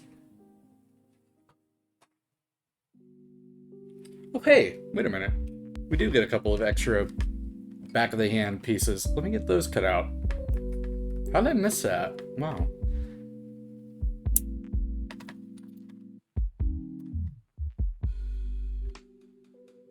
And are we in the midst of an ad break? No, we're about to be. So we got an ad break coming up here in about 40 seconds. So with that revelation, that means we do get a couple more extra hand pieces. I thought it was weird that they didn't give backs of the, like, hand to all that. That's usually something you see in earlier kits from, like, late 90s, early 2000s.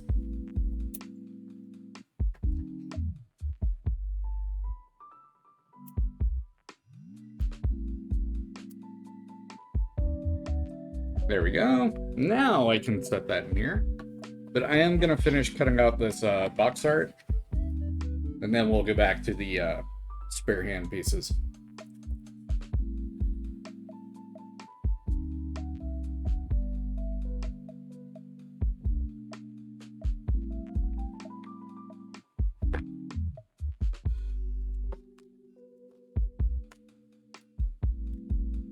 I do kind of wish I would save the sides of the box art, because you do get some pretty cool shots and information on these. But I don't really have a means of preserving that in a meaningful way. So they go into the recycle bin. But the main box art, I do save that, because, like, you can frame that, you can do all sorts of stuff with that.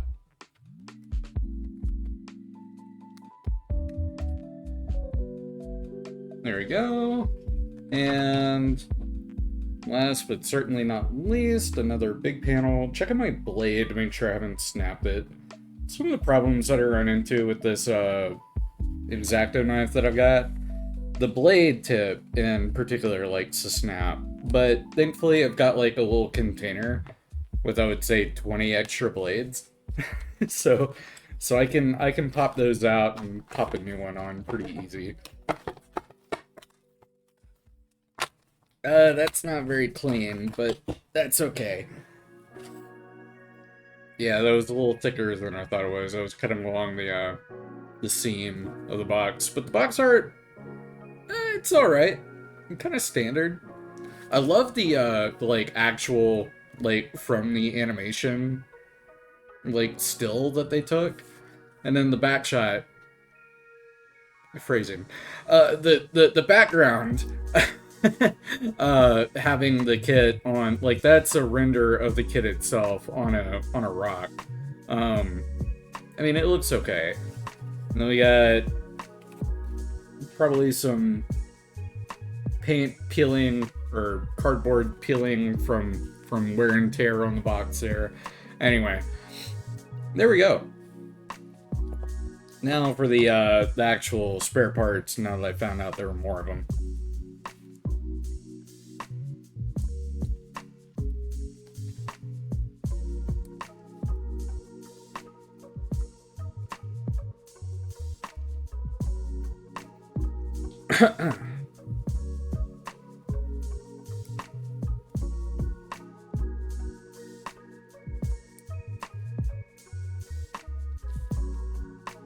Because I really like this open hand. It's one of the more sprawled out ones, where it's got a little more kind of more of a dynamic kind of shape to it. It's not the more general open palm like this. It's more the, whoa, reaching out, give me what you got kind of hand. So I definitely want to. It's got a more interesting pose to it. So we'll set that right there, and then we got another open hand or closed hand, which I've got a bajillion of these, but you can never have too many. You never know when you might need a spare.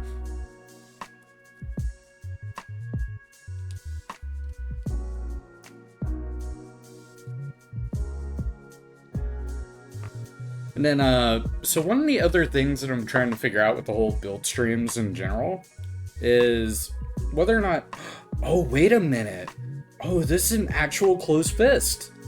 Oh, that's huge. Okay. Oh, that's cool. I was hoping we would get at least one closed fist. So as you can see, there's like not a gap. It's an actual closed fist. But one of the things that I'm trying to figure out still with the VODs, for the build streams in particular, I'm trying to figure out if I want to save them or not. But on the other hand, it was a closed fist too. Okay, so cool, we got 2 closed fists. Yes! Okay, that's exciting.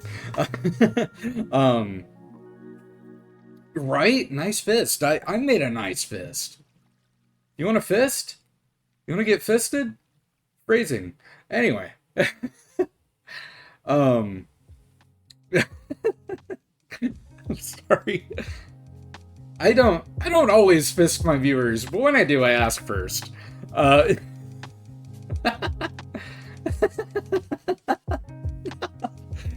Oh goodness. What a stream. Wouldn't be a Chewy Coffee stream without some out-of-pocket shit. Anyway. Hello, 2Drink. Good to see you. Mozzarella in particular.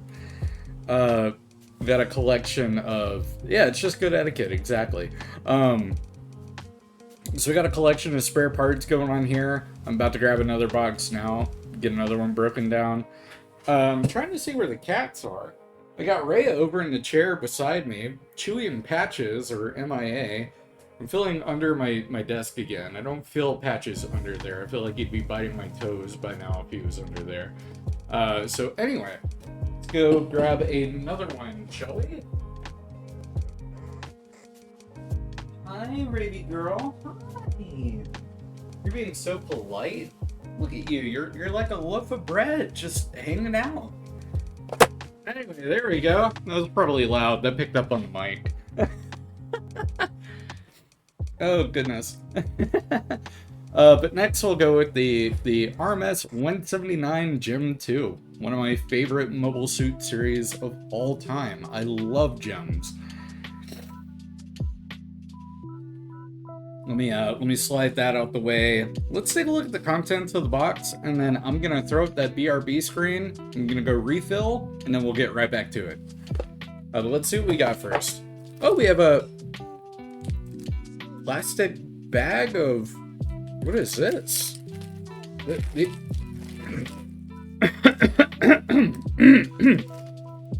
my throat. Goodness. These are not parts that would have come with the kit.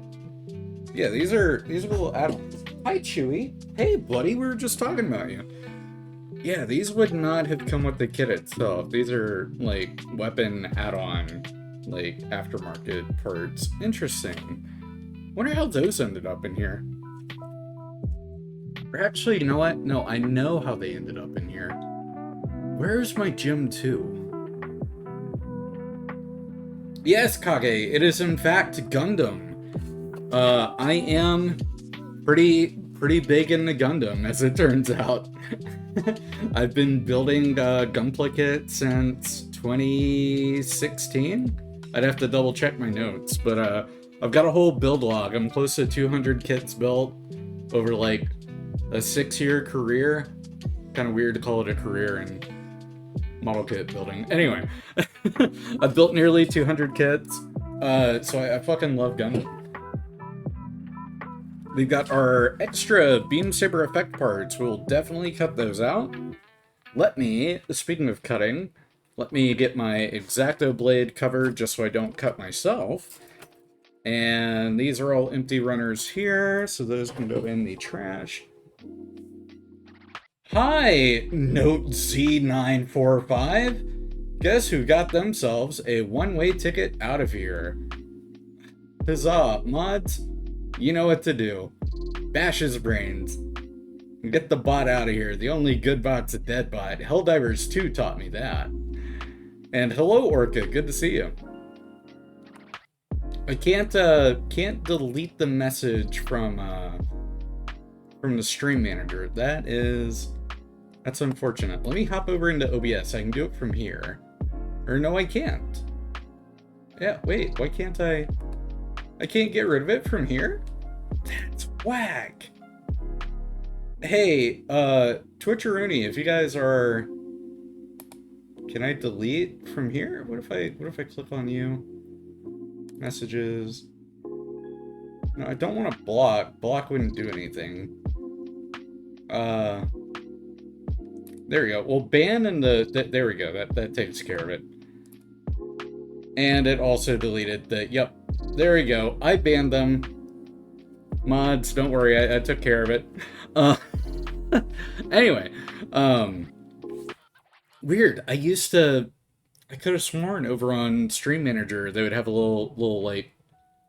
I was able to delete messages before, because I prefer to just delete, because it's not like they stick around.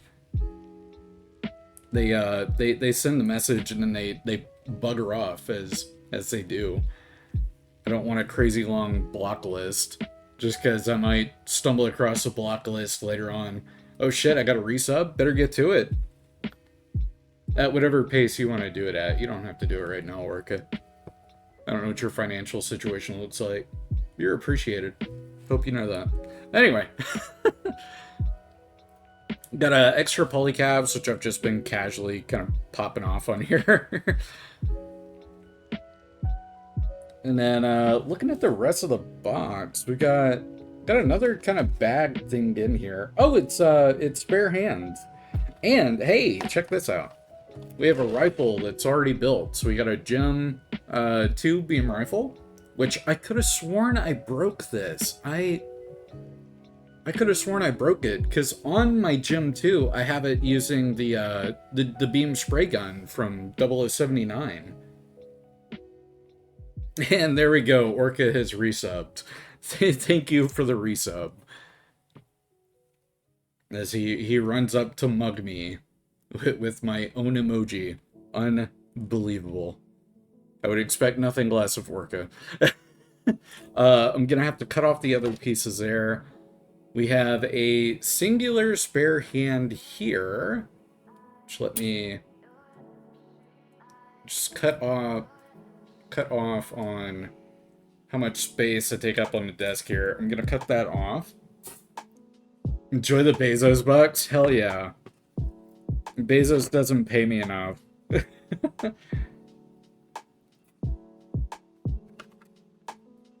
And there's nothing on there. So actually not a lot of spare parts from the gym too. That's unfortunate. We do get this whole runner of spare hands though, which are the more detailed third party. Unless, wait, no, this has, no, these gotta be a third party. Anyway, so we got this. Let me get this opened up. Hello, Space Monolith. Good to see you. Welcome in. As you hear plastic bags getting opened up as I pull out a little spare part there. And that's trash. Chewie, don't eat the plastic bags. You eat enough microplastics as it is. And then we got our spare bag, or spare box part, which we don't need. But I will be right back. I'm gonna go refill. And then we will get to cutting out the extra parts for the Gem 2. So let me pull up OBS real quick. Throw up that BRB screen, and I will see you lovely folks in a few.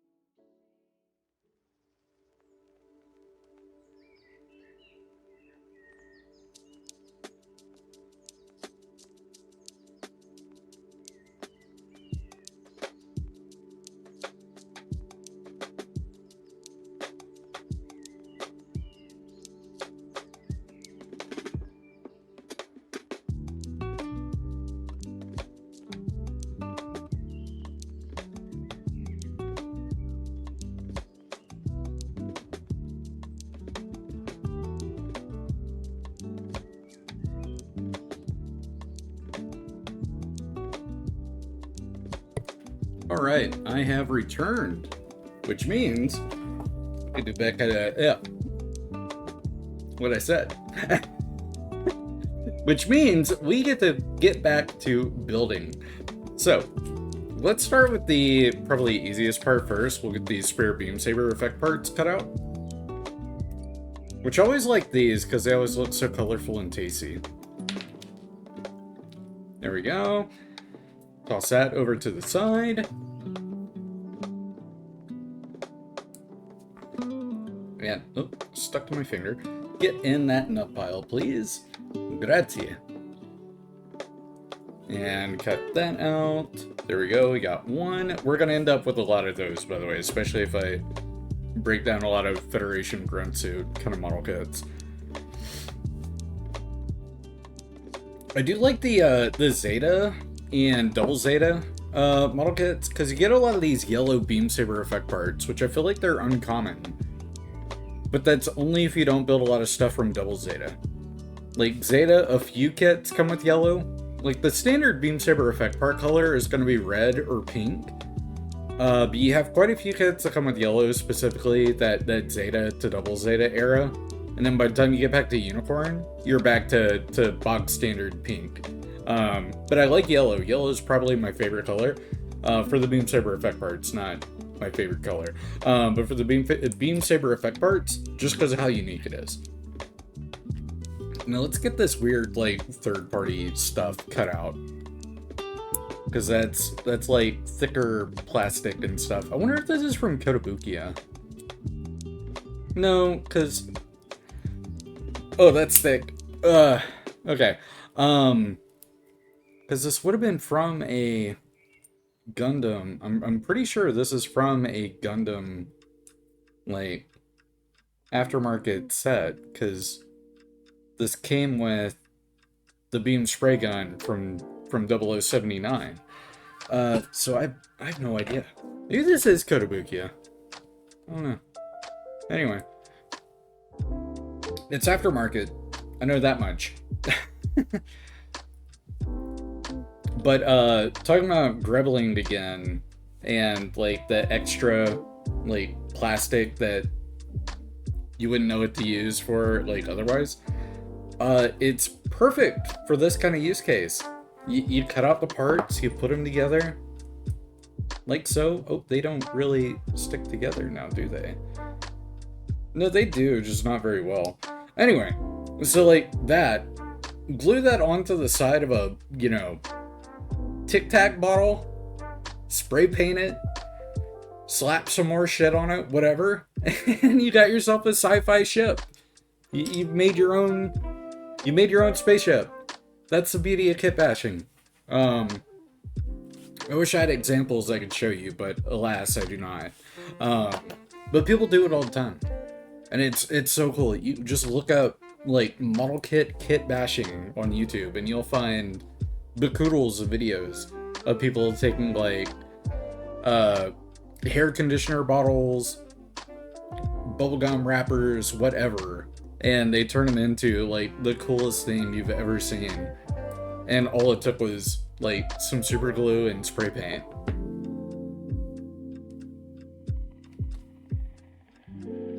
And then we got this is some sort of a muzzle brake or barrel extension for a rifle.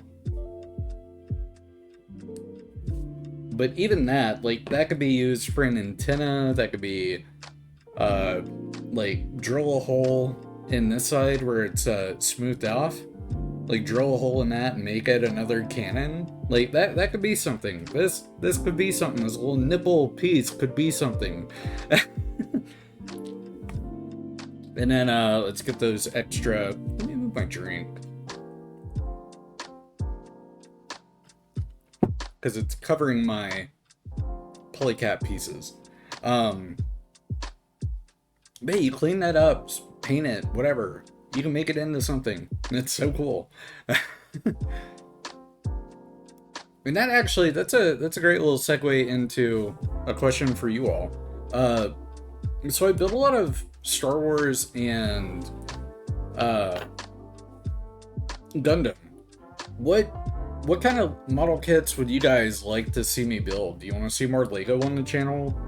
Do you want to see, God forbid, Warhammer 40k? What kind of stuff are you guys into? Any of you like model enthusiasts out there? What would you like to see built? I built World War II tank models way back in the day, so I'm like not a stranger to that by any means. But what would you guys be interested in? I'm curious. It's something I might consider. I might buffer out the throne page with some more model kits, and if you guys want to see them, help the channel grow.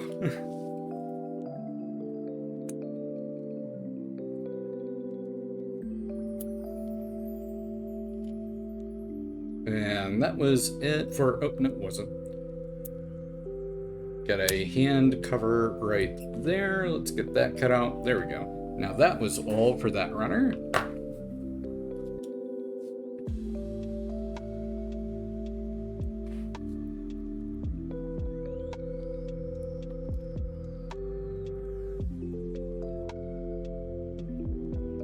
There we go. And the front of the hand.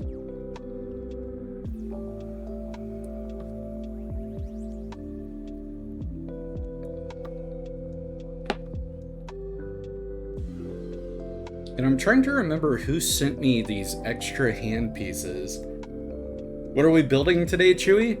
Well, Otaro, I'm glad you asked. So we finished up the rest of the Zaku desert type, and now we're just putting together spare parts. So it's kind of a spare parts build. I think you were around when I was building those, or doing those kind of streams before. So just spare parts here and there, breaking down boxes, hanging out and chatting, having a few drinks. What is the latest that you have built, Adaro?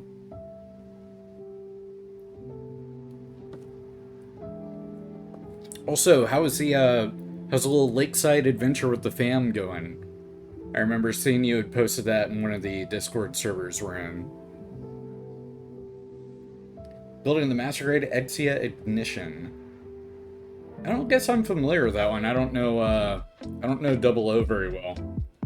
I don't know if it's a Build Fighters kit or anything like that either. Couldn't tell you. But it sounds neat. Exia Sexia. Back home now, was only there for the day. Oh, okay. I didn't know if that was a multi-day kind of venture. Cool. Well, glad you were back home and safe and sound. My family is about to go out and have a family reunion. Unfortunately, I've got too much going on at work, so I won't be able to attend and go hang out, but that's okay. It means more time with you guys. Exia Ignition is just a special version of the Master Grade Exia that includes the parts to make Exia Repair, 2 LED units for the GN drive, and then chrome blades for different GN swords. Okay. Cool. You'll have to share pics in the model kit corner over in the Chewie Coffee Discord server. Which, speaking of, anyone that is not familiar with the Chewie Coffee Discord server, if I could find the exclamation point, there we are. Anyone not familiar with the Chewie Coffee Discord server, there's a little invite for you all. Feel free to join in. It is the official hangout for the Chewie Coffee crew. I've got rooms where you can share food, your pets, model kits if you're a fellow model kit builder like Adaro and I. Good grief, these runners are thick. And stuff like that. So yeah, if you wanna get a new server to hang and chill in, consider mine. But I think the main ones that I want off of here are these trigger finger hands anyway, because I realized looking at this, we only get 4 back panels and we get 1, 2, 3, 4. No. 1, 2, 3, 4, 5. Yeah, we get 6 different hand options, but only 4 panels to put on there. So that is not very groovy, but that's just a byproduct of it being one of the third-party hand option sets. Unless this came from something and I'm just not realizing. But I'm pretty sure Mac Neo sent these to me. Because I remember I'd mentioned not being super thrilled about having another kit with the beam spray gun from Zeta Gundam. He was like, oh, I got a spare beam spray gun. You want that? And I said, sure. Prior to this, I built the full mechanic. No, that wouldn't be the full mechanic. Or is it full mechanic? 148 Kimbu Zan from AMAIM. I am not familiar with that. You'll have to fill me in on what that series is. And what the FM in this case meant. Oh, it is full mechanic. Okay.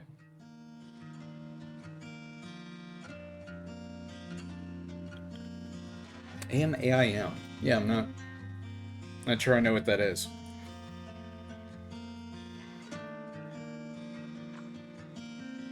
this other trigger finger hand cut out in the meantime.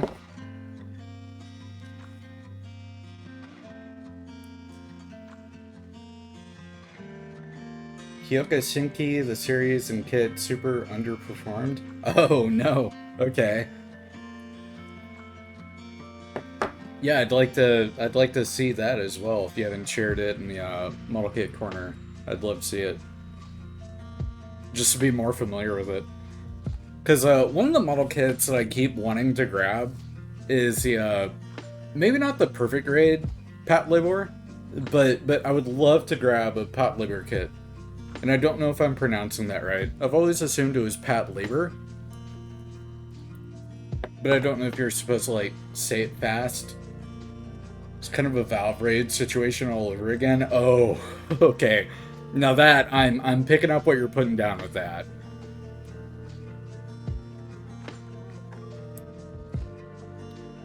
And then another kit that I don't think this goes on this. Wait a minute. Yeah, that doesn't belong with that. Let me put that away. That's why I hate that I don't have the labels for these. Also, wait a minute. These are... Yeah, these are Federation hand types, and then the other ones... The other ones are Xeon. Oh, man. Oh, wait. Okay, I see now. Alright, so that will go to another Federation hand type. Okay. I see what's going on here. Yeah, this was definitely one of the third-party, like, build option part sets. And I don't have the manual for it. Yeah, Macneo sent this to me. Along with, I guess, build option weapon? I'll have to grab my Gym 2. I'll grab that in a second after I finish cutting out these parts. Because I was going to show that off. Ooh, no, let's go with the right closed fist, or whatever hand type this will be. And for Xeon, let's go with another right closed fist.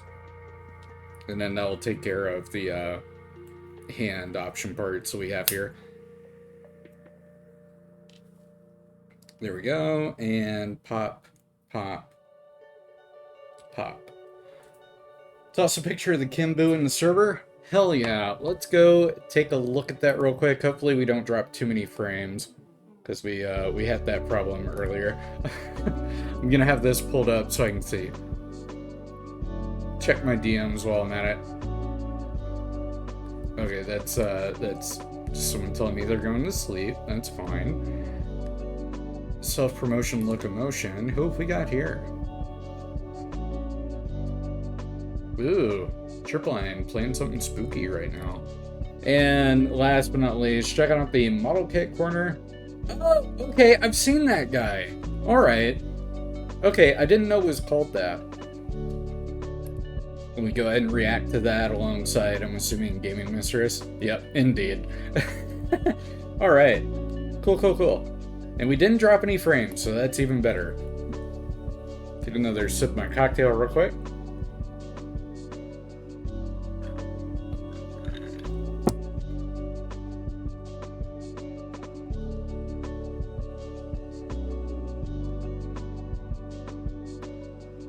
And am I in the right tab? I am, yes. Yeah, okay, that guy looks really cool. I like the boxy design of it. Makes me think of the gym in a way. Colors, not so much. The colors are very, like, Gundam Heavy Arms kind of esque. But the like, design philosophy and everything makes me think of, like, imagine a gym if it was in the Armored Core series. And I feel like that's what it would look like. When I was in Wisconsin yesterday, I went on a trip to the Sprecher Brewery after my nephew's birthday. Ooh, what's Sprecher known for? Because that's not a brewery that I am familiar with. That sounds like it might be a more Wisconsin local-ish kind of. And if it's not, then it doesn't have kind of a hold here in the South. They're a local brewery and they also make craft sodas. Oh, okay, cool. Okay. So here in my state we have a couple of local beers that they don't make it any further than like the next town over or whatever. And I wish they would, because it's a really good amber ale. I'm big on amber ale. Fire brewed, honey infused root beers are a big one. Okay. I'm not a big soda drinker, but I know a lot of people that are into root beers, and they'd probably love that. But the local beer breweries here, it's like they'll make it to the super centers, but they don't make it up as far north as I am. And it's unfortunate because I love their beer to death. It's so good.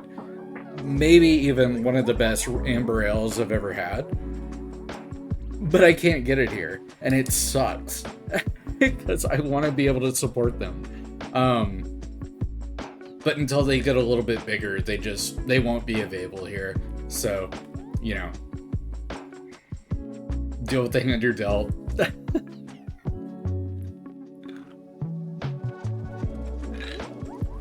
But that covers the Gym 2 spare parts. Let's get this box broken down.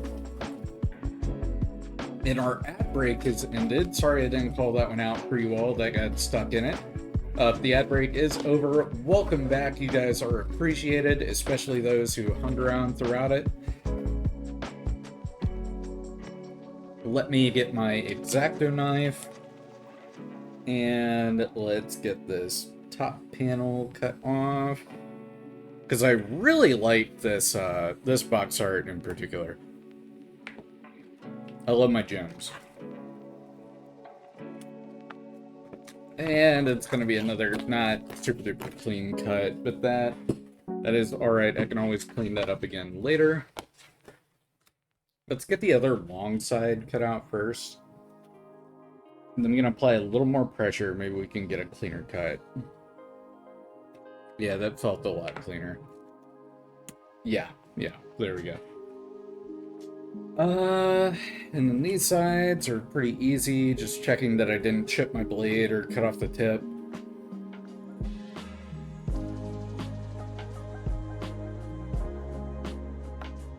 And this is from 2011. So around this time, the unicorn kits are coming out. So this Gym 2 in particular, it's got parts to make it the Zeta Gundam Gym 2, like you see here on the box art, or you have the parts where you could swap out the torso piece to be white to make it the Unicorn Gundam Gym 2. The only thing that would be off about it would be that the skirt armor and the leg armor wasn't one-to-one with the unicorn design, the Katoki design of the Gym 2. But the feet are Katoki, despite it being the Zeta design, which had the who's the designer? Who did most of the Gundam designs for 0079? Because that's who it would have been. I've gotten rusty on my Gundam designers aside from Katoki because of Okawara, thank you. So they're supposed to have the Okawara style feet, especially in Zeta, and I'll try and display this as best I can. There we go, we got our box art. I'm gonna set that over to the side. Let me grab that Gym 2. So we got and mine's like a bastardization because I made mine a Titans Gym 2. But we have the Katoki style feet, despite it being Okawara. And then I made mine a Titans Gym 2, and I absolutely loved the look of the high grade. I did paint the antenna here gray, but it's a really great looking kit. And then I gave mine the beam spray gun. So like the Gym 2 had two different types. You have very strong feelings about Okawara's art? Oh no. But the Gem 2. So whenever the Gem 2 was developed, there were two different versions. There was like the RGM 179. It looked shockingly like a Transformer. Funny you should say that because, yeah, this is like that era of Gundam where some people look at it and be like, oh hey, cool Transformer, which one is that? So you had the RGM 179, which were Gem 1 models that got retrofitted to be Gem 2s. Think of like, trying to think of a real life explanation for it. Think of like F-15Cs or F-15As. Think of F-15As for my aviation nuts like me. Think of F-15As that got upgrade packaging to be upgraded to the C variant. So they got better, you know, the cockpit got overhauled, stripped out and replaced. The thrusters got stripped out and replaced, whatever, to upgrade those A variants to C variants. Think of that. That is the RGM 179. Then you have the RMS 179, which was built from the ground up as a Gem 2. So it's not a retrofitted, it is a Gem 2. So a pure Gem 2 is an RMS 179, and then an upgraded Gem 2. Upgraded Gem 2 is RGM 179. And you have the different like decals to make both versions, and I thought that was so cool. But anyway, these are the Katoki style feet. Let's put this guy back on the shelf. I'm probably coming out pretty muffled. And then if I wanted to show you the Okawara, let me show you the, yeah, let's go with the Gem Cannon. So we got the Gem Cannon in the North America type colors. So these more rounded feet, that's the Okawara kind of style. So you got the more rounded feet would make an Okawara gem, and then that more streamlined kind of flat foot, like you know, like I just showed you, that's more of the Katoki style foot. Funny enough, one of the main artists of the original Transformers, Ban Megami, likes Gundam and Gunpla. Oh, that is pretty cool. So we set him up here, and oop, don't fall over. And then to like really, really nail it home, here's another bastardized Gem 2. It is my Gem 2 Master Grade Unicorn type, but I prefer the look of the, excuse me, I prefer the look of the Zeta, like, gray torso. Like, the torso of the unicorn ones is supposed to be white, but I prefer the gray. It helps break it up more. And then if it can go into focus, so that the decal there says RMS 179. With the Master Grade, you got the decals for RGM and RMS 179. I'm nerding out at this point. But yeah, there you have it. The Gem 2. One of my favorite variants of the Gem, despite how plain and simple it is. This is Chewie! He just really likes gems. It's true! I have literally like an entire shelf of nothing but gems. I'm the motherfucker that had 7 RGM 1792. No, RGM SP 79s, which was the Gem Sniper 2.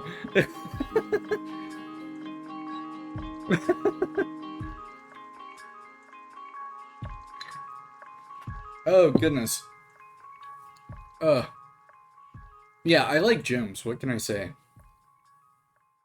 The pictures of the moving boxes and how many gems were in there. Yeah, man. When I moved from the, was that when I moved out and into my apartment, or was that from when I moved from my apartment to my house? Because I had even more kids when I moved from the apartment to my house. So I'm really curious which ones it would have been. But let me get that X-Acto knife covered again, just so I don't cut myself. From the apartment to the house. Okay.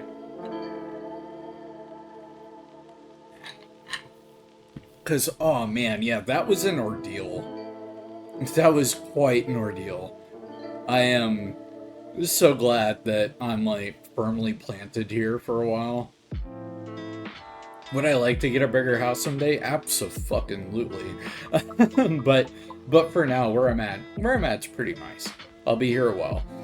It's really nice too having a dedicated like office space where I can consolidate all the nerdy kind of model kit stuff. So when I have people over, I can like just close the office door and be like, "Oh, that's a storage room. We don't go in there." And they're like, "Oh, okay, cool." And then they don't ask about it. They don't pry. And if they do, I kill them. I have a closet full of. No, I don't. This is a joke. I'm kidding. Anyway, let me grab another box. I'll be right back. Hi, Rhea. Hello. What are you thinking, Rhea? What should we grab? Should we grab the unicorn? Should we grab another goof? Ooh, what about the lotto? You got the D50C lotto twin set. Grab that one. What do you think, Rhea? What should we grab? What should we grab? Yeah? My thoughts exactly. Yeah? Let's go with the Leo. Let's go with something completely different. Yeah, let's go with the Leo. Which I am on top of my nippers. Hi, Rhea. Are you coming over to hang out? Hi. Rhea. You wanna come up and say hi? You wanna come up and say hi? Hi, Rhea. Hi. It's Rhea, everybody. She's coming. She's approaching. It's Rhea. She's right here. She's barely off camera. Here, let me move the box out of your way. Hi, Rhea. Look, you have all this space to walk around. What are you doing? Oh, she's getting her butt in the camera. Let's go. Natty redeeming the hydrate. Natty, it's a Chewy cocktail stream now. We're not doing that. I'm gonna refund you your points. But hello, Natty. Hello, Red. Good to see you both. Then drink. Fine. Fucking damn. I'll go fix a cocktail in a bit. Let me go through the contents of the box first. So we're going from like one super cool grunt to another. We got the OZ06 MS Leo, which has a similar model designation as the MS-06 Zaku from 0079. But we're gonna put the manual over there. We've got our beam saber effect parts, which I've already got cut out in somewhere. We got a shield, which I've already got cut out and ready. And then we got polycaps, which we used all the polycaps. I swear that was intentional. What was intentional? Oh, the similarity. Yeah. The similarity between the Leo and the Zaku is totally intentional. Yes. That's an empty runner, so we don't need that. What the? Oh yeah, it is EV06. You're right. Forgot all about that. Oh man, are you telling me we aren't gonna have any extra parts for the Leo? Oh man. I can show it off at least. Hi Rhea, you're trying to eat the model kit plastic. Let's not do that. That's not good for your health. Yeah, Leo has no spares because I used everything for it. Which is a bit of a shame, but whatever. So we got our lovely box art. I do really like this box art. It slaps. Like, this box art goes hard. I love the Leo holding the Oz flag in the background, and then it's just an army of Leos in the forefront, or in the background. Oh, it's so good. If only Wing was as good as this box art, am I right? Boulder, I just became the microplastics. Hi Rhea, you wanna hop up here and say hi? Freya, say hi. Oh no, oh, she's kicking things. She didn't like being picked up. Let me set her down. I'm sorry, Rhea. I should have known better.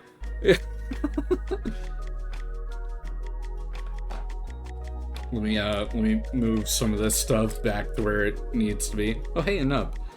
Let's put that over there. Rhea, like, she loves to hop on to, like, my lap and stuff, but she doesn't like to be picked up or pet or touched or anything. She's very much, I don't know if you've seen the meme, there's this meme of a cat, and it's, like, looking out the window, and it's a rainy day, and it's, like, nobody loves me. And then it's, like, a human reaching out to pet the cat, and they pet the cat, and then the cat turns around and screams, "Don't fucking touch me!" And then the human, like, pulls her hand away. And then the next panel is the cat looking out the window again. I wish people loved me. It's like, that explains some cats so perfectly well. Rhea is just over here knocking every box over. Of course. Oh my god. Anyway, we got the awesome kick-ass Leo box art right here. Now, let me grab my Leo model kit, because I'm actually pretty proud of this one. The Leo that I built, I custom painted it in these, like, kind of desert colors. As part of it was one of the build competitions that we had over in the Gundam build server. And I made it like a Japanese unit, like I put it in a real world context, so it's a Japanese unit. I think the decal here roughly translates to like Tank Battalion 2. And then I got some more logos over here. But yeah, it was just a really simple recolor. I put it in like the MSV desert colors that a lot of the 0079 MSV model kits would have been in. And that was the basis for it. And I was really happy with how it turned out. I like this so much more than the base colors. And there are different Leo color, like, variants in the show, are there not? I could have sworn there were. I watched the first 12 episodes of, Wing, and I said, absolutely not. And I dropped it.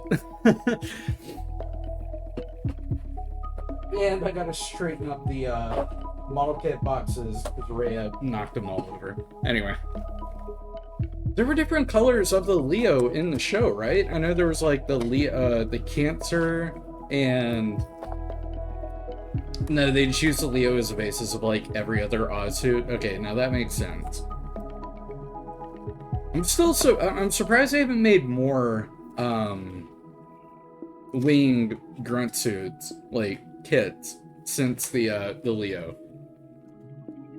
But I guess the Leo is about the only. It's why they all have the square camera. Yeah. I'm surprised they haven't made more though. But I guess they don't have much faith in Wing overall. Like the Leo is a standout design. But still, they could make like a new. They could make a new Tall Goose. Or Tall Geese. They could make a new Tall Geese. But I couldn't tell you what the other Oz grunt suits are called. I know there's Cancer and what was it, Aquarius? Which were the red and blue, like, souped up Leos. I remember those. They made kits of those. That was a P Bandai, like, dual pack or whatever. And I'm trying to think what else was there.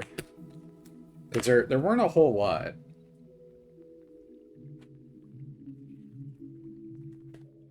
What we really need, because fuck Wing, what we really need, Vegeta and Mercurius.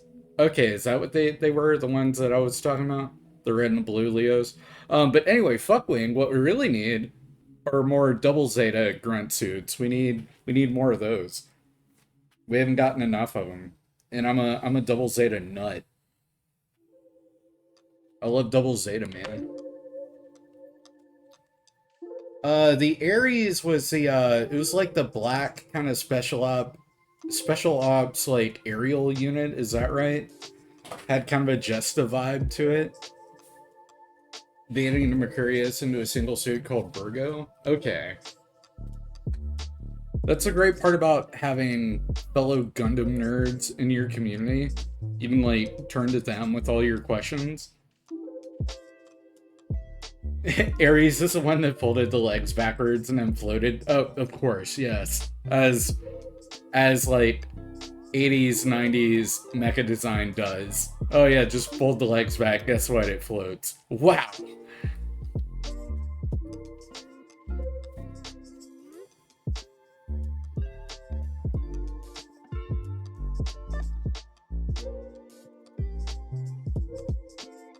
Actually met a fellow Gundam builder tonight and recommended you. Oh shit, thanks man. Appreciate that.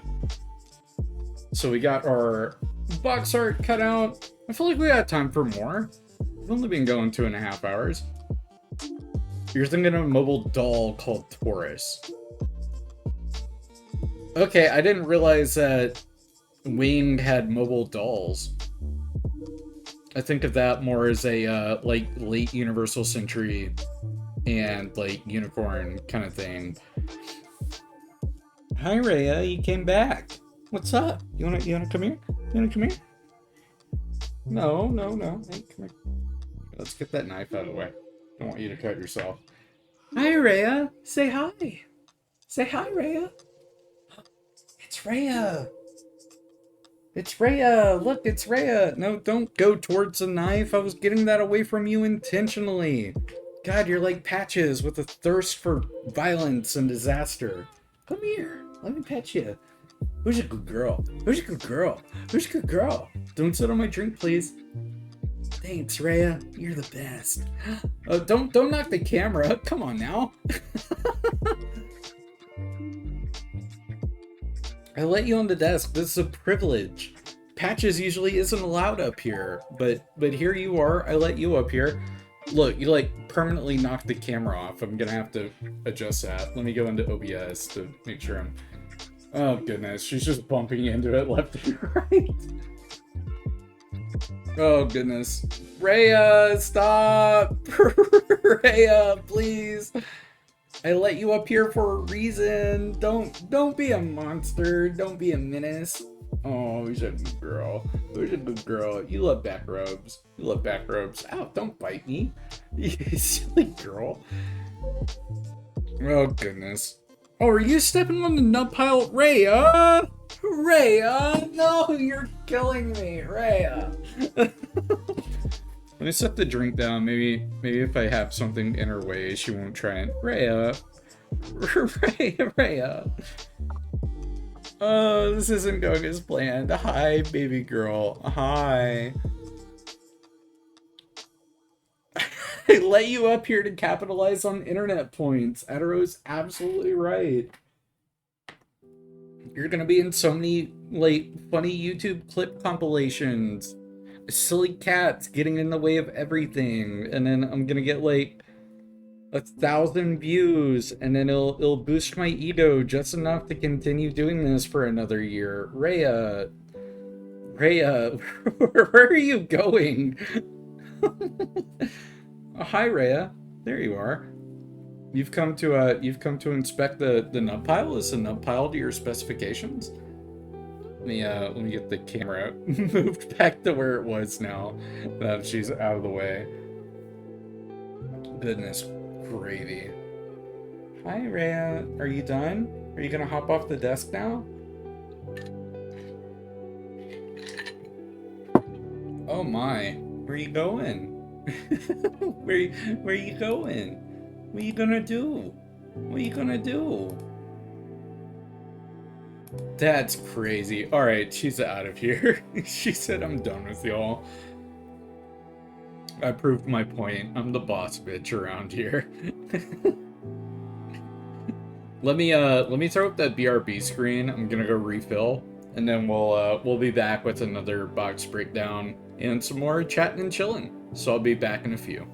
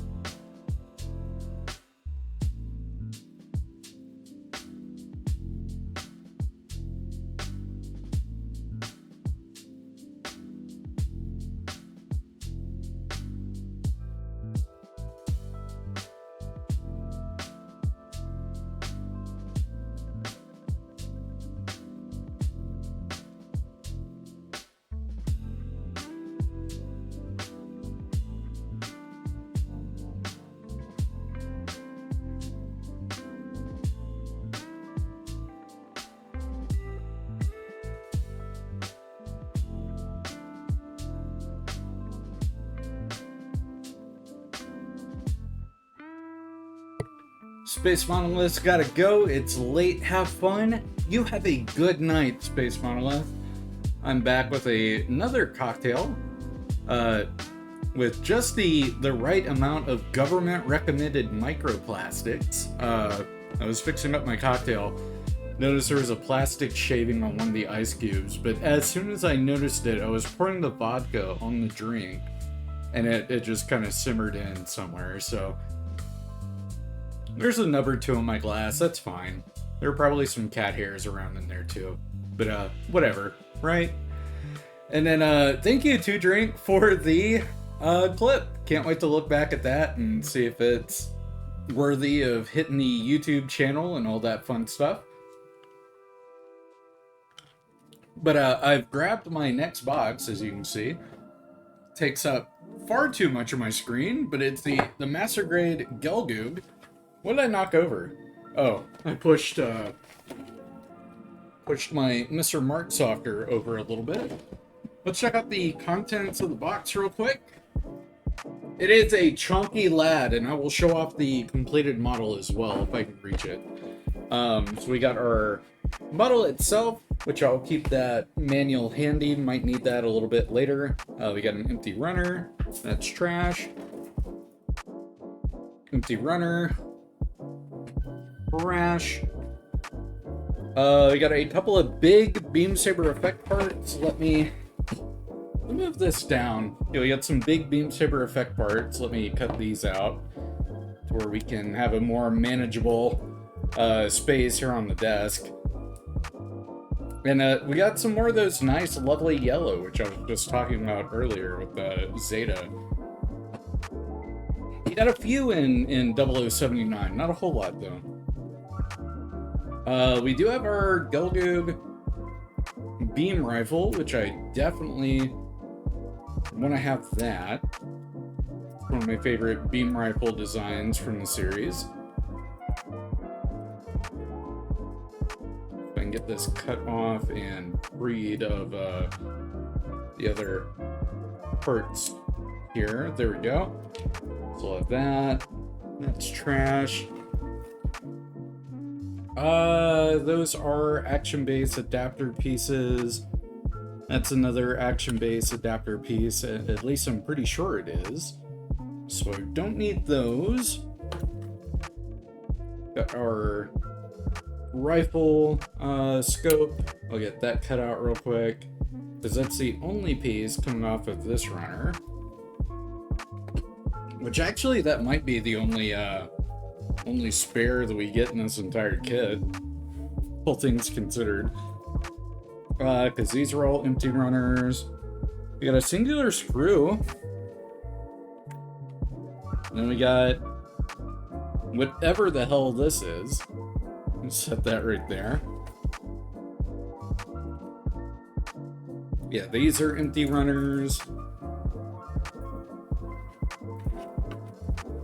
Another empty runner. The Gelgoog honestly shouldn't have too much spare part stuff. So yeah, those are empty runners. And these are all empty runners. So let me slap these over here. Try not to knock over my whole pile. Alright. Grab that much of it. Let me put it back in the box, actually. No, we got a screw in there, which I don't need. Yeah, okay. So put that down here. Put some more of those runners back. So all the parts for the Gelgoog rifle should be right there. Take a sip of my drink. Rhea, what did I say about trying to chomp on the plastic? Stop it! Quit it, please.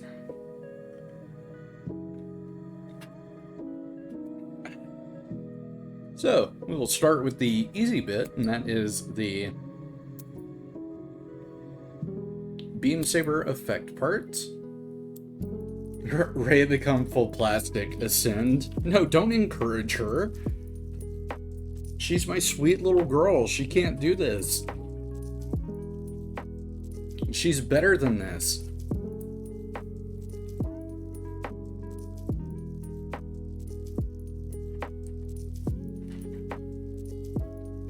Rhea, that's cardboard.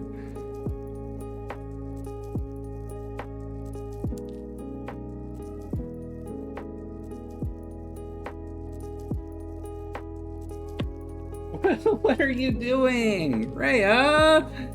Rhea! Quit it! No, you can't hide in that box. It's not a real box. Look. Alright, fine. I'll flip the box upside down so that you can sit in the box. Are you happy now? Are you satisfied? Have I satiated your craving for chaos? I'm surprised it's Rhea, not Patches. That's like really like, wow, what happened there? Kind of for me. Usually it's Patches trying to be the chaos demon. And then the Gelgoog rifle is really straightforward. It's just a lot of pieces sandwiched together and a singular like kind of trigger guard kind of thing. It's really not much to it. I don't even think I'll need the manual for this. Ray, what are you doing? Why are you doing this? Are you trying to summon Patches so that you can like collaborate and be destructive together?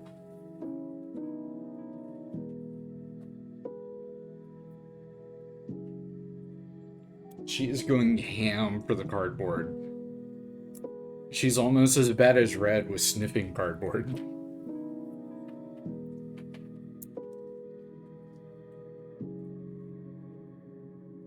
There we go. That's all of our parts cut out. Let me smack that right over there. And then what I also like about the Gelgoog beam spray rifle, or beam rifle, I should say, is it's big. It's a big rifle. But I thought it was a one that had the like, maybe I'm thinking of the Gelgoog mass production type. Maybe it's the one that has the like folding bipod on it. Yeah, I think it's that one has a folding bipod. Char's doesn't, which is unfortunate, because that bipod's really cool despite not really serving much of a function.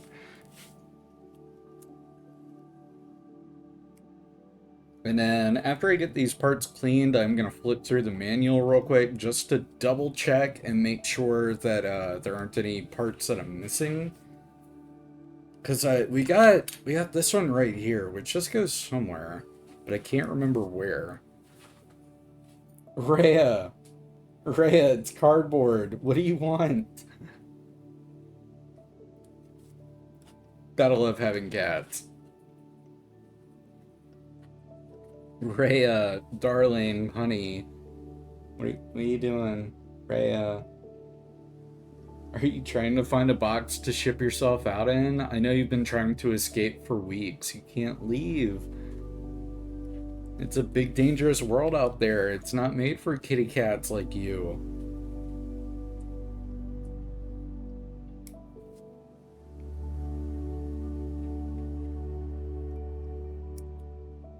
And that nub just flew off. I'm pretty sure that this just snaps together. I don't think anything needs to... Yeah, nothing needs to go there. Alright, now before I go any further, let me consult to the manual. There's our lovely kit on the back, by the way. I'm gonna grab it in a second once we get the spare parts built. I just want to consult to the weapons real quick. There we go. Is I have my Gelgoog set up with the Beam Naginata? Okay, so it goes on after you put everything together. Okay. So it really is just sandwich the pieces together and then everything snaps on. Cool. Okay, that's all I had to know. Oop, we have a nub here.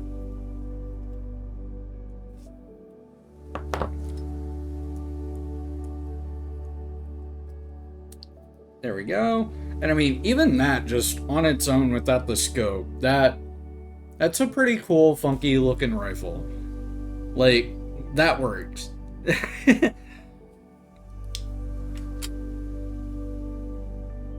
But you can also slap that rifle scope on after I get the clear plastic part on there, which I can pop that back out and paint it later if I wanted to.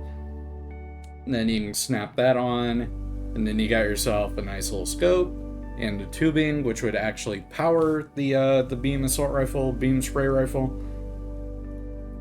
And the manual shows that just locks in, and then it just slides back, and you got like a little finger holdy part, whatever you would use that for. So that's fun.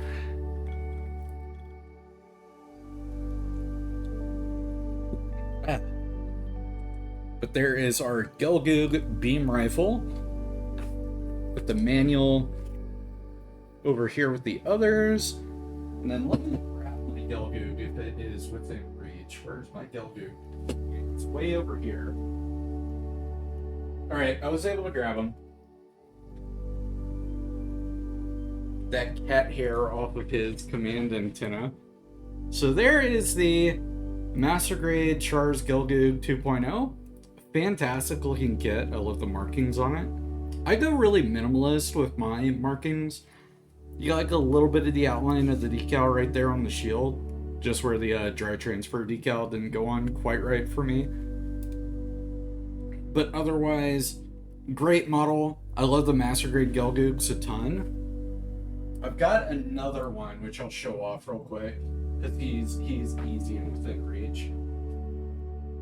Let me put you back where you belong. There we go. Because the Annabelle Gato one looks really cool. I love the colors on this one. And the markings. Like, the markings do a lot more for me with this one. And then you got the shield as well, which I have weathered up just a little bit. And then he's got a really cool, he's got a unique rifle to his kit. This one is reused from the 1.0, but the molding was good enough that they were able to reuse it. So yeah, a couple of different Gelgoogs for y'all. We set him back where he was. Do I have any others before I say no?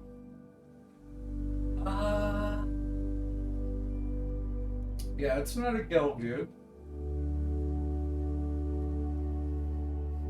I think that's it for my Gelgoogs. Do I have another one in my backlog? That's what I'm trying to figure out.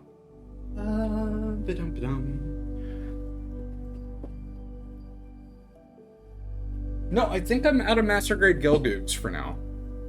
So, yeah. we got time. Let's go with one more box breakdown. Oh, before we do, let's get the box art cut out and then look at and talk about that box art for a minute. So let me get the box kind of preemptively broken down real quick. What year was this kit anyway?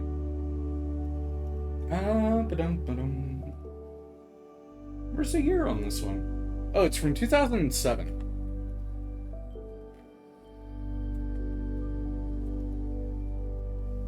Try not to tear up my box art too much. Let's get these nippers out of the way. And because this is a big lad. I'm gonna have to like work around him, fight him. So let's get this big panel cut out real quick. There we go.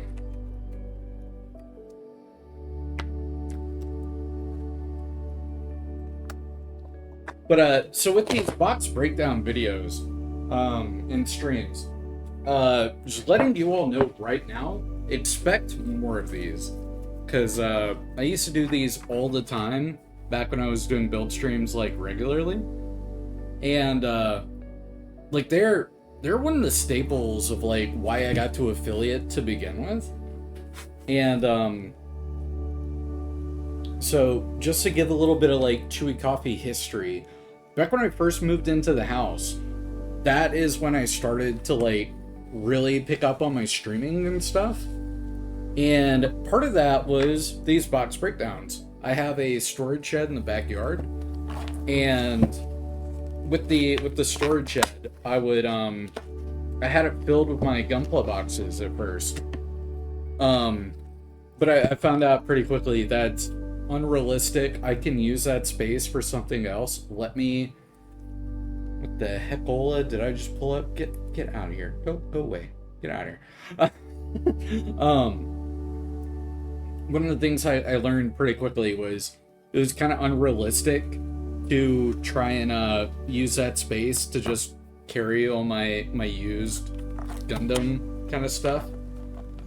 And so I cleared it out. I pulled everything out of there. I've got all of my Gunpla boxes in my office. And so just slowly but surely, I'm going to get it all broken down and kind of eliminated. And Feeding Virtuoso, depressed. Why are you depressed? What's wrong? What's up? You want to talk about it? You don't have to if you don't want to.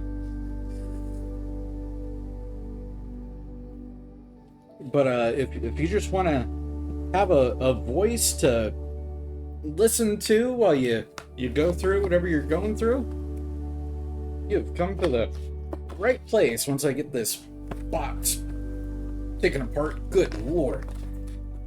This a thick-ass boy. There we go. I'm gonna have cardboard in my drink, too. Getting all the nutrients. A whole balanced breakfast at 7 p.m. Normally, I don't go for trauma dumping or anything like that in the old chatteroony, but I'll make an exception for a friend. Rhea, don't eat the plastic, okay? Good girl. Actually, it might help if I pre-fold the box. There you go. Yep. There you go. All right, and one more.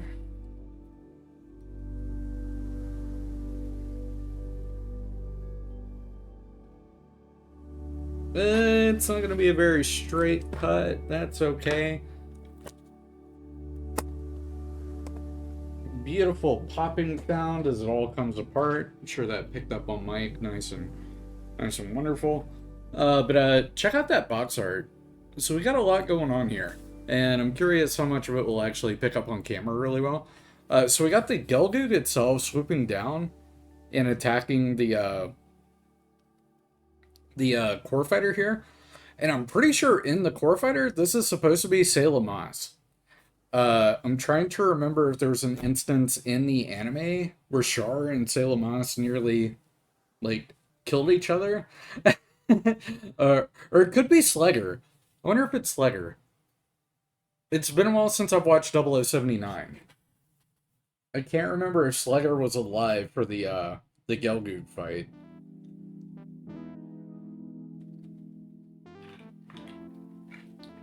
I feel like he was. Because Slegger, he would go out in the core fighter while Amuro was in the Gundam. Because we've got the Gundam up here. We got the Gundam right here, like getting ready to come back and attack to try and save whoever's in the core fighter. And now we got something else up here. I'm trying to see what is. There's some sort of scrap right here, and I can't make out what it is. Yeah, I don't know if that's supposed to be part of a Musai or what. And for the non-Gundam people, Musai is a type of battleship. Because if you look in the background really carefully, you can see the Elmerth right here. So this was during the battle between Amuro, Char, Lala Soon, and I'm guessing Slegger is the core fighter pilot here. But it was during that fight, so kind of neat that they have that fight depicted in the box art. But that's a big box art. I can't fit it all on the screen at once. I'm gonna go ahead and set it to the side. Let me finish off this cocktail real quick.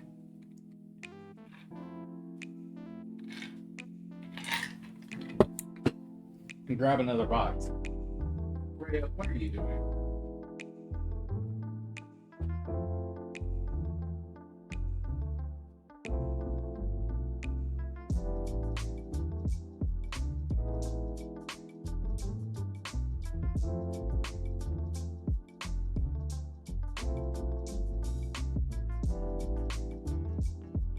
Alright.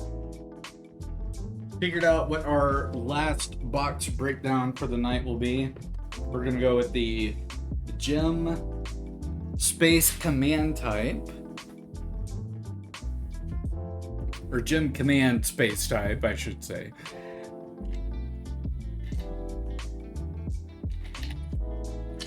And we should have some pretty decent spare parts from this one.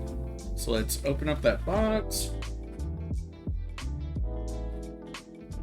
We got our manual, which lovely colored manual box art or manual. So a little bit of the real life history. So the Master Grade Gem Command Space type came out before the Gem Colony type, which was a retail kit for the non-Gundam builders. So you got Premium Bandai, which is an online exclusive storefront that is for like members only. It used to be Japanese exclusive, and then a couple of years down the line, finally the United States, we got our own storefront for it. So we have our own Premium Bandai shop, but anyway, it was a Premium Bandai exclusive, and then they made a retail version, meaning that anybody could buy it. You didn't have to be an online member. But it doesn't have this very specific beam rifle that you see it holding here in the picture, and stuff like that. But anyway, let me set that to the side. We've got extra action base kind of parts here, I guess. Let me set that down here. Anything salvageable or usable here? Looks like it's just the adapter pieces. I'm gonna throw those away. Toss that over there. That is inner frame stuff. Don't need that. We got a couple of side armor skirt pieces. We got some thruster kind of vernier pieces. I might use that. So we got here. This looks like it's all empty runners. Yeah, that is indeed all empty runners. Rhea loves that I'm throwing plastic on top of plastic. Oh, we got another empty runner here. Toss that over there. And let's see, we got another empty runner. This one might actually be a dud. We got some beam effect parts. That's neat. Love those. Another empty runner. We got a color piece going on there. Set that aside. We do have a few water slide decals. So we got the Alpha Squadron, or no, the Immortal 4th Squadron. So we got their marking decals right there. I will save that.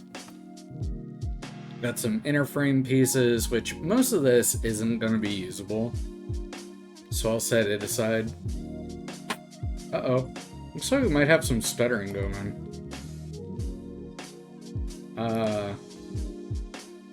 Let me refresh this page. See if that helps it. I do apologize if it stuttered up pretty bad there. That is unfortunate if that was the case. Looking at our drop frames, I don't see any additional ones, so I don't know. And we got another empty runner. Toss that aside. This one is another mostly inner frame kind of stuff. But we do have pieces of the shield from the Gem Sniper 2. But I think that's the only piece that think that's the only piece that had like leftovery kind of stuff. Just a little bit for the model, yeah. Oh, some stutter. Yeah, that unfortunately it's gonna kind of happen. This old computer, it doesn't hold up very well. It chugs along. It's a miracle that I'm able to stream from it, like, period. I'm pretty sure. Um, so, so yeah. I'm gonna try and budget in getting it replaced. Because it's one of those old, like, by old I mean 2012 kind of old, um, all-in-one kind of monitor and PC kind of two-in-one kind of dealios. Uh, so yeah, like with that alone, you kind of know what I'm working with. So that's gonna be one of the things that I try and work out a budget for, make it a stretch goal, whatever. That's just some more inner frame stuff, shield pieces, which I don't think we get the regular shield in here. That is all armor pieces from, yeah, these are leftovers from the Gem Sniper 2.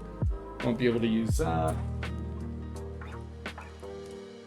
Now we got some spare hand pieces, which I don't really think I'll be able to use.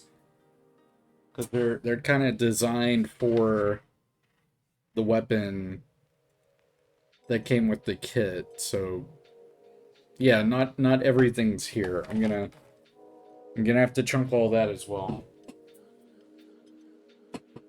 I'm glad today is trash day, because I can take all this and throw it right away. We do get a extra screw. I'll put that to the side. That is foil stickers. I'll save that. What do we have here? If I can get this out. Oh, it's a sticky note. Okay, I'll leave that in there, and that's all trash.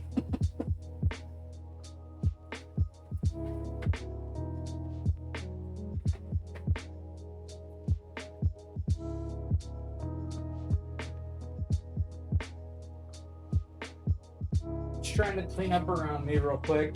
Okay, so really all we got out of that was the beam saber effect parts.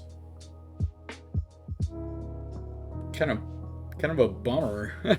kind of a lackluster end to the like spare parts build stream. But I mean, that's kind of to be expected with some of these boxes. You're not always gonna have a winner, because Bandai over the years, so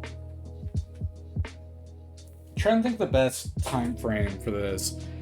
I would say back 5 years ago, you would get a lot of kits that would have a ton of accessories. Like, I'm talking 3-4 extra weapons per kit. And that was the norm. It was normal to have that many extra weapons. And with more of the modern kits, basically everything that you get in the box is expected to go on the model kit itself. Those previous kits, if it had, 2 or 3 weapons, like, could you fit them all on the model kit itself? Most of the time, yeah. But then you would get more releases where, if they had spare weapons, they weren't included in the box. Instead, they would be part of the, like, a premium Bandai expansion pack. So you'd have to, like, specially order if you wanted the extra pieces or whatever. You would get them that way. And stuff like that. So, like, they started to take away value, sort of, in a way. It was a cost-saving kind of measure for Bandai. But it took away some of that greatness from, like, builders, like the consumer. They lost some of that value. Anyway, that's just a little small tangent. We had a pretty good, little spare part build here. We'll definitely do this again sometime. And then once again, to remind you all, our next build stream will be the Y-Wing Starfighter. Don't ask me when that will be. I do not know. But this is what it'll be. It'll be the Y-Wing, because I am so pumped that I got this kit. So stay tuned for a Y-Wing Starfighter. Looking forward to that. I've got a lot of other Star Wars kits as well, so stay tuned. If you are not already following, consider following. That is twitch.tv/ChewieCoffee. Recommend me to your friends. Get them involved in the Discord server. You again can get the link to that with !Discord. We do have an incoming ad break. I'm gonna snooze that just because we're going into like outro territory.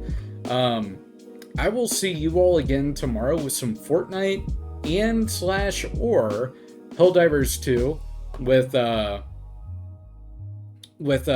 Luna and Kitsune Natty. And from the box, it looks so finely detailed. That's because it is red. Those Bandai model kits are like pretty much 1-to-1 with the studio models that they used in the production for the films. They are that detailed. I've built several of them, and you can look at the kits that Bandai built, and you can cross-reference them with like the old Tamiya tank models and stuff like that they would have used to kit bash the kits to begin with. It's so cool. But anyway, I'll be back tomorrow with some Helldivers or Fortnite with Luna and Natty, so stay tuned for that. And then next week is going to be the 250 follower celebration stream / really big hang and chill kind of dealio. I know I've got a few interested already for some Helldivers. I've got a few that are interested in maybe doing Minecraft and also Fortnite. So it'll be a long stream. I don't know how long exactly. We'll be going for a while. But yeah, stay tuned for that. That'll be this coming Wednesday and Thursday. But let's take a look at our raid list. Let's see who we've got. Let me go over to the following tab. Who do we have? Let me see. We've got quite a few people going, actually. Yeah, quite a few. We got this is what kills me. We have so many people that are streaming Final Fantasy XIV Dawn Trail. But let's go say hi to the sub Rosa. We have not said hi to Rosa in a minute.